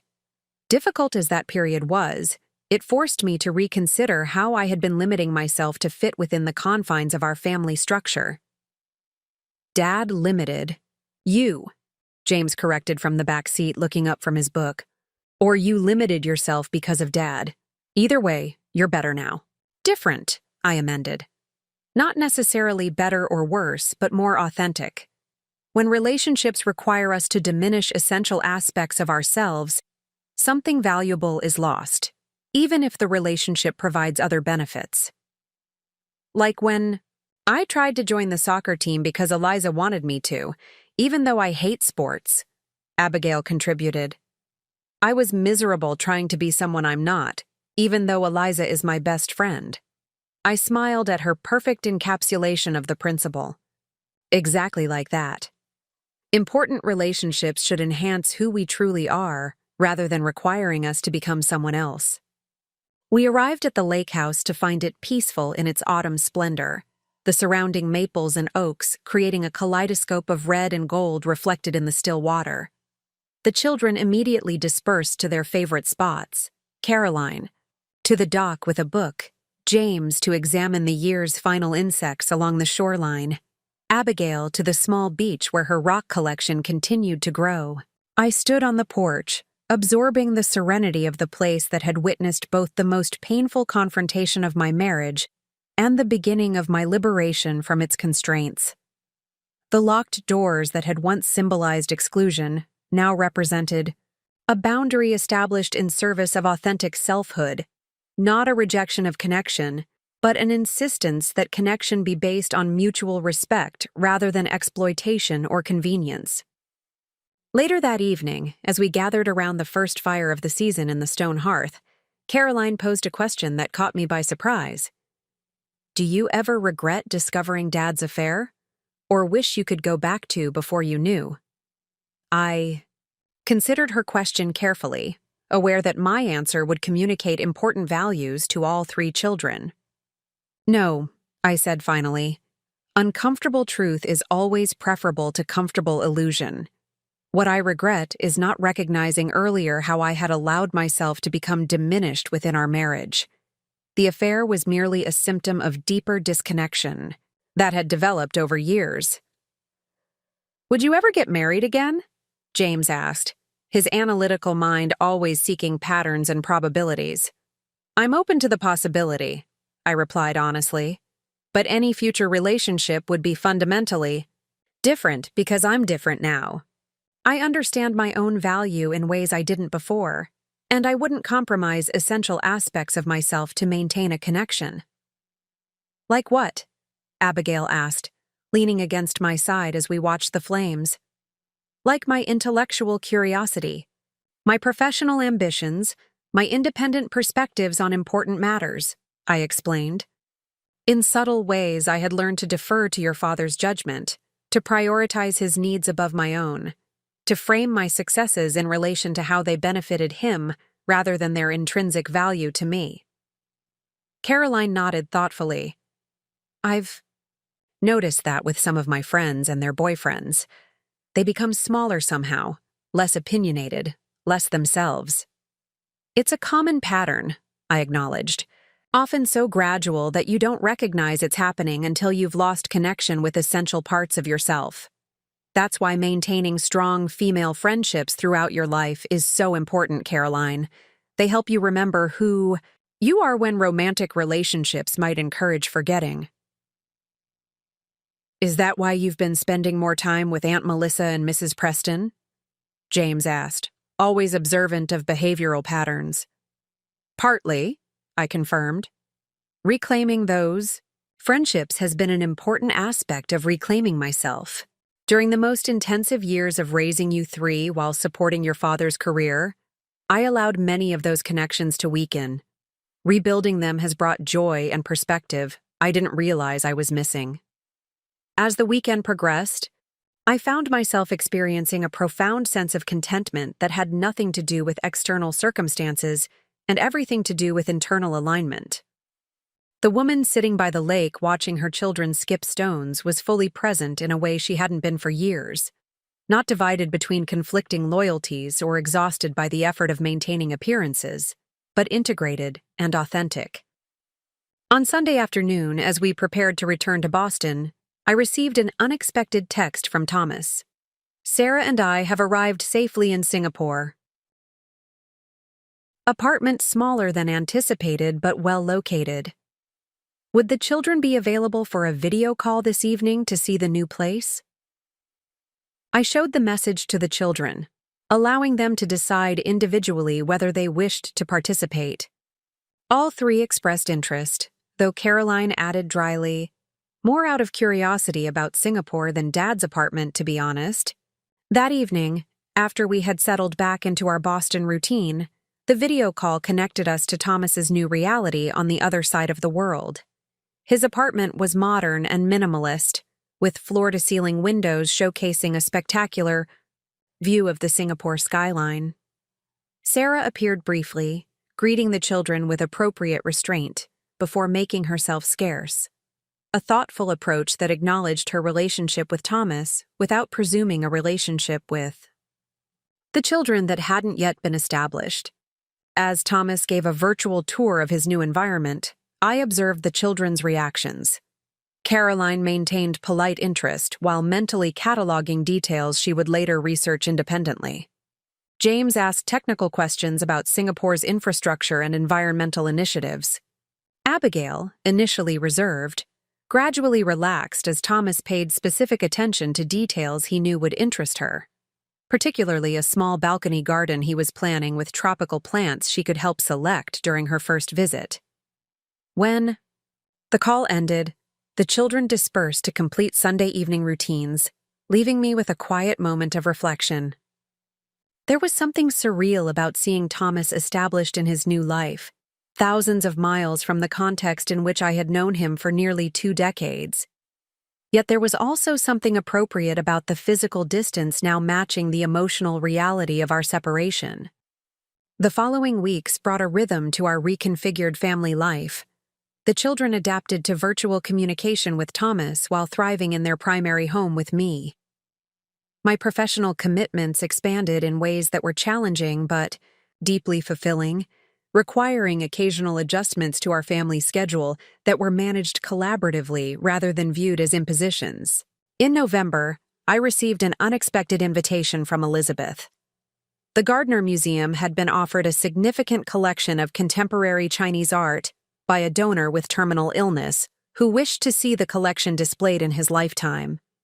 Elizabeth proposed that I travel to San Francisco to evaluate the collection and negotiate terms of the donation, a substantial responsibility that reflected her confidence in my expertise. It would mean a week away, she explained as we discussed the opportunity in her office.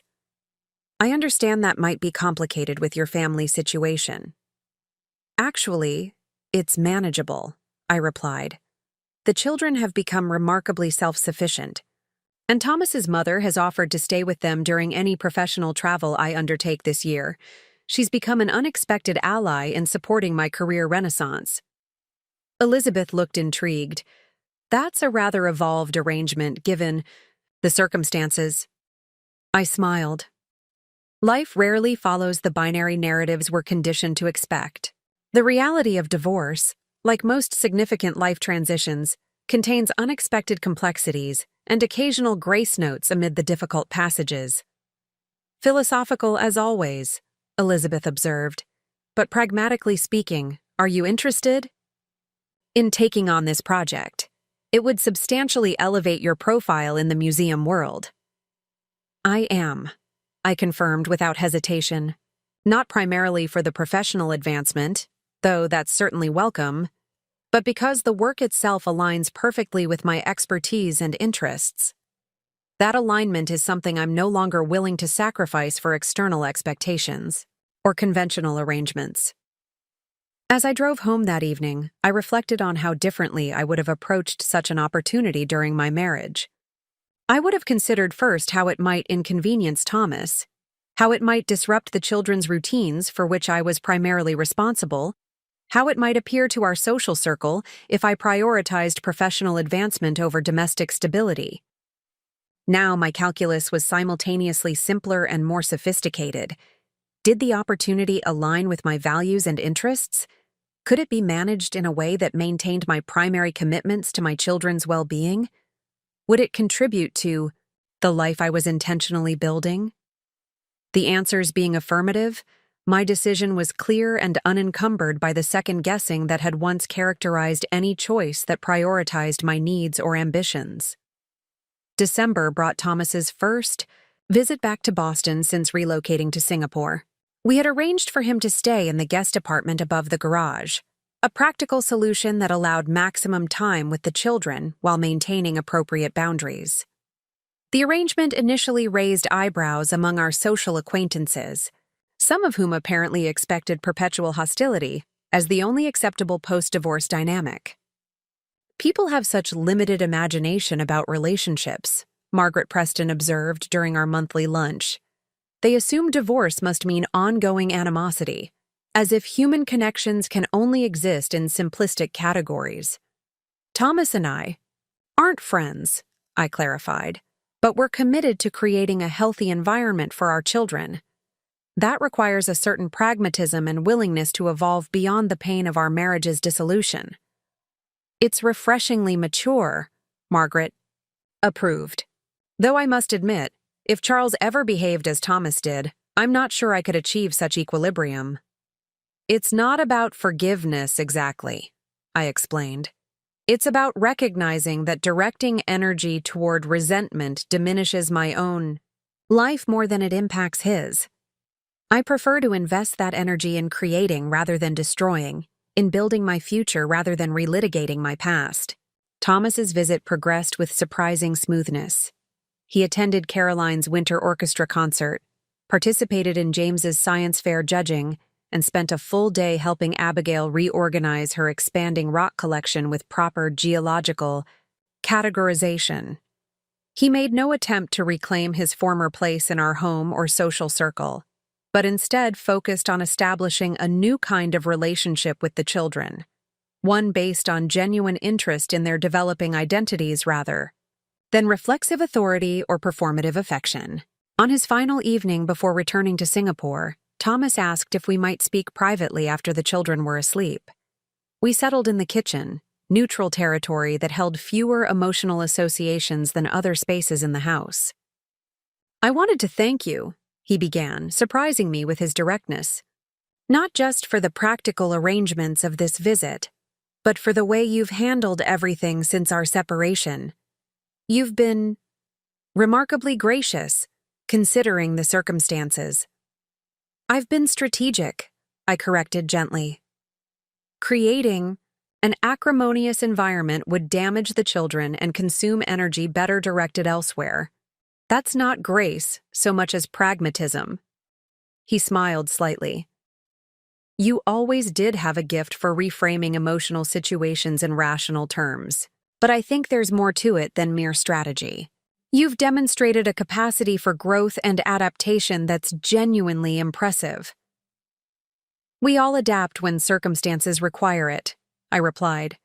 "You've made significant adjustments yourself."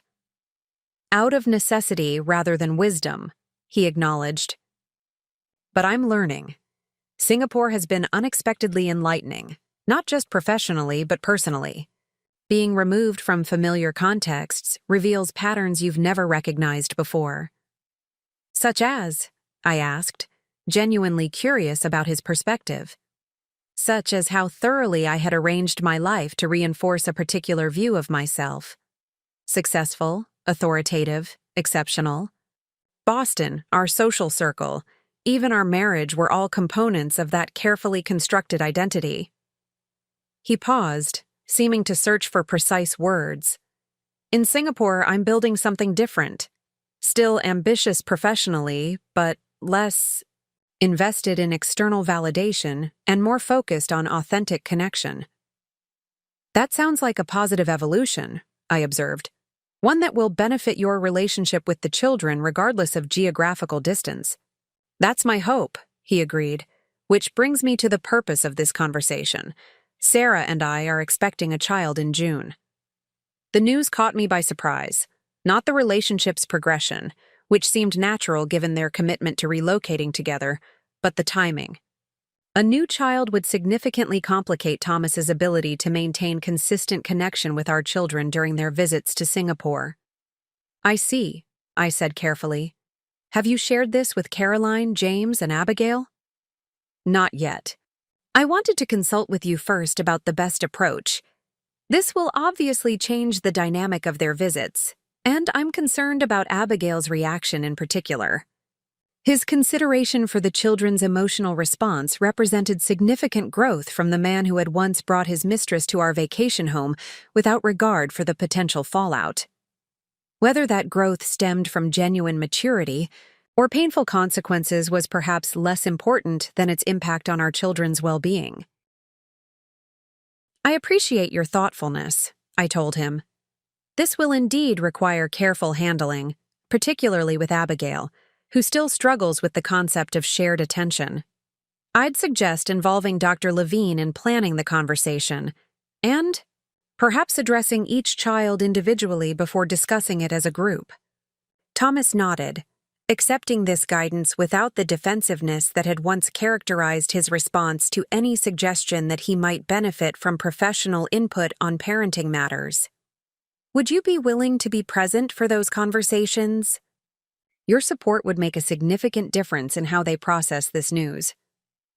"Of course," I agreed. Despite the complexities of our history, we remain co-parents with shared commitment to their emotional health.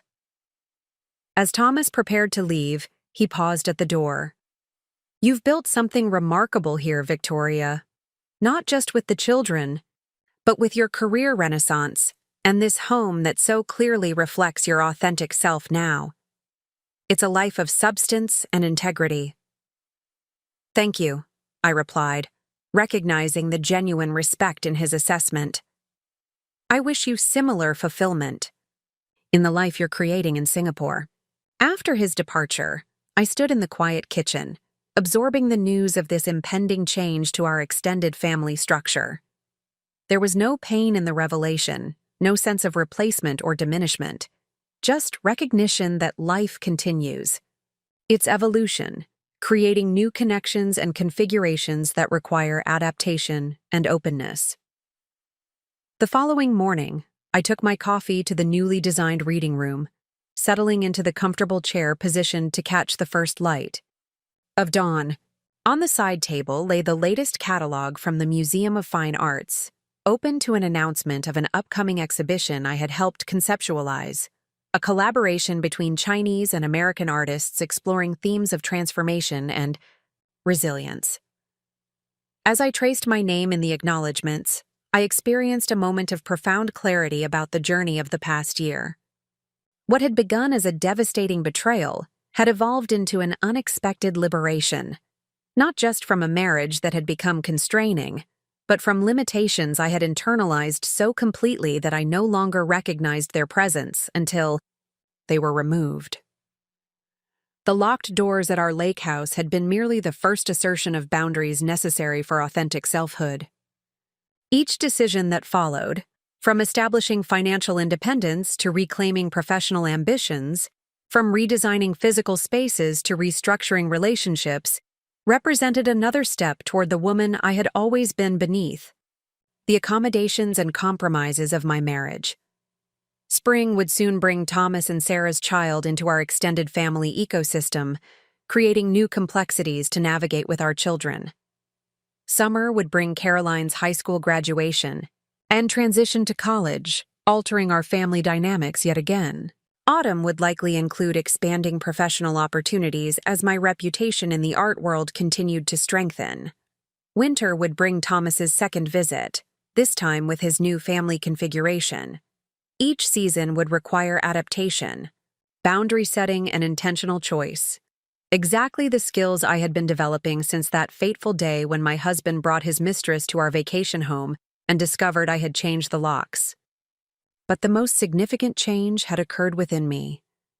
The woman who had once defined herself primarily through relationship to others, wife, mother, hostess, supporter, now stood complete in her own right, her identity anchored in authentic values and expressions rather than external expectations or approval. This was not the life I had planned when marrying Thomas at 24, starry-eyed and certain of our shared future. It was something more complex, more challenging, and ultimately more fulfilling. A life directed by internal compass rather than social convention, built on self-knowledge rather than self-sacrifice. As the morning light strengthened, illuminating the room I had designed to reflect my authentic aesthetic, I felt a deep gratitude for the painful catalyst that had initiated this transformation. The betrayal that had seemed catastrophic had become, through intentional response rather than reactive emotion, the doorway to a life more aligned with my truest self.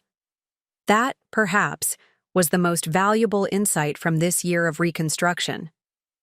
That endings, however painful, create space for beginnings we might never have imagined possible. That loss, however devastating, can initiate discovery of strengths and capacities previously untested. That the dismantling of one life can enable the construction of another more authentic and ultimately more fulfilling. The locked doors that had once kept someone out had ultimately let me in, to myself, to my potential, to a future built on my own terms. And for that unexpected gift emerging from profound pain, I had found not mere acceptance, but genuine gratitude. This was not the life I had expected, but it was unmistakably, authentically mine. Up next, you've got 2 more standout stories right on your screen. If this one hit the mark, you won't want to pass these up. Just click and check them out. And don't forget to subscribe and turn on the notification bell so you don't miss any upload from us.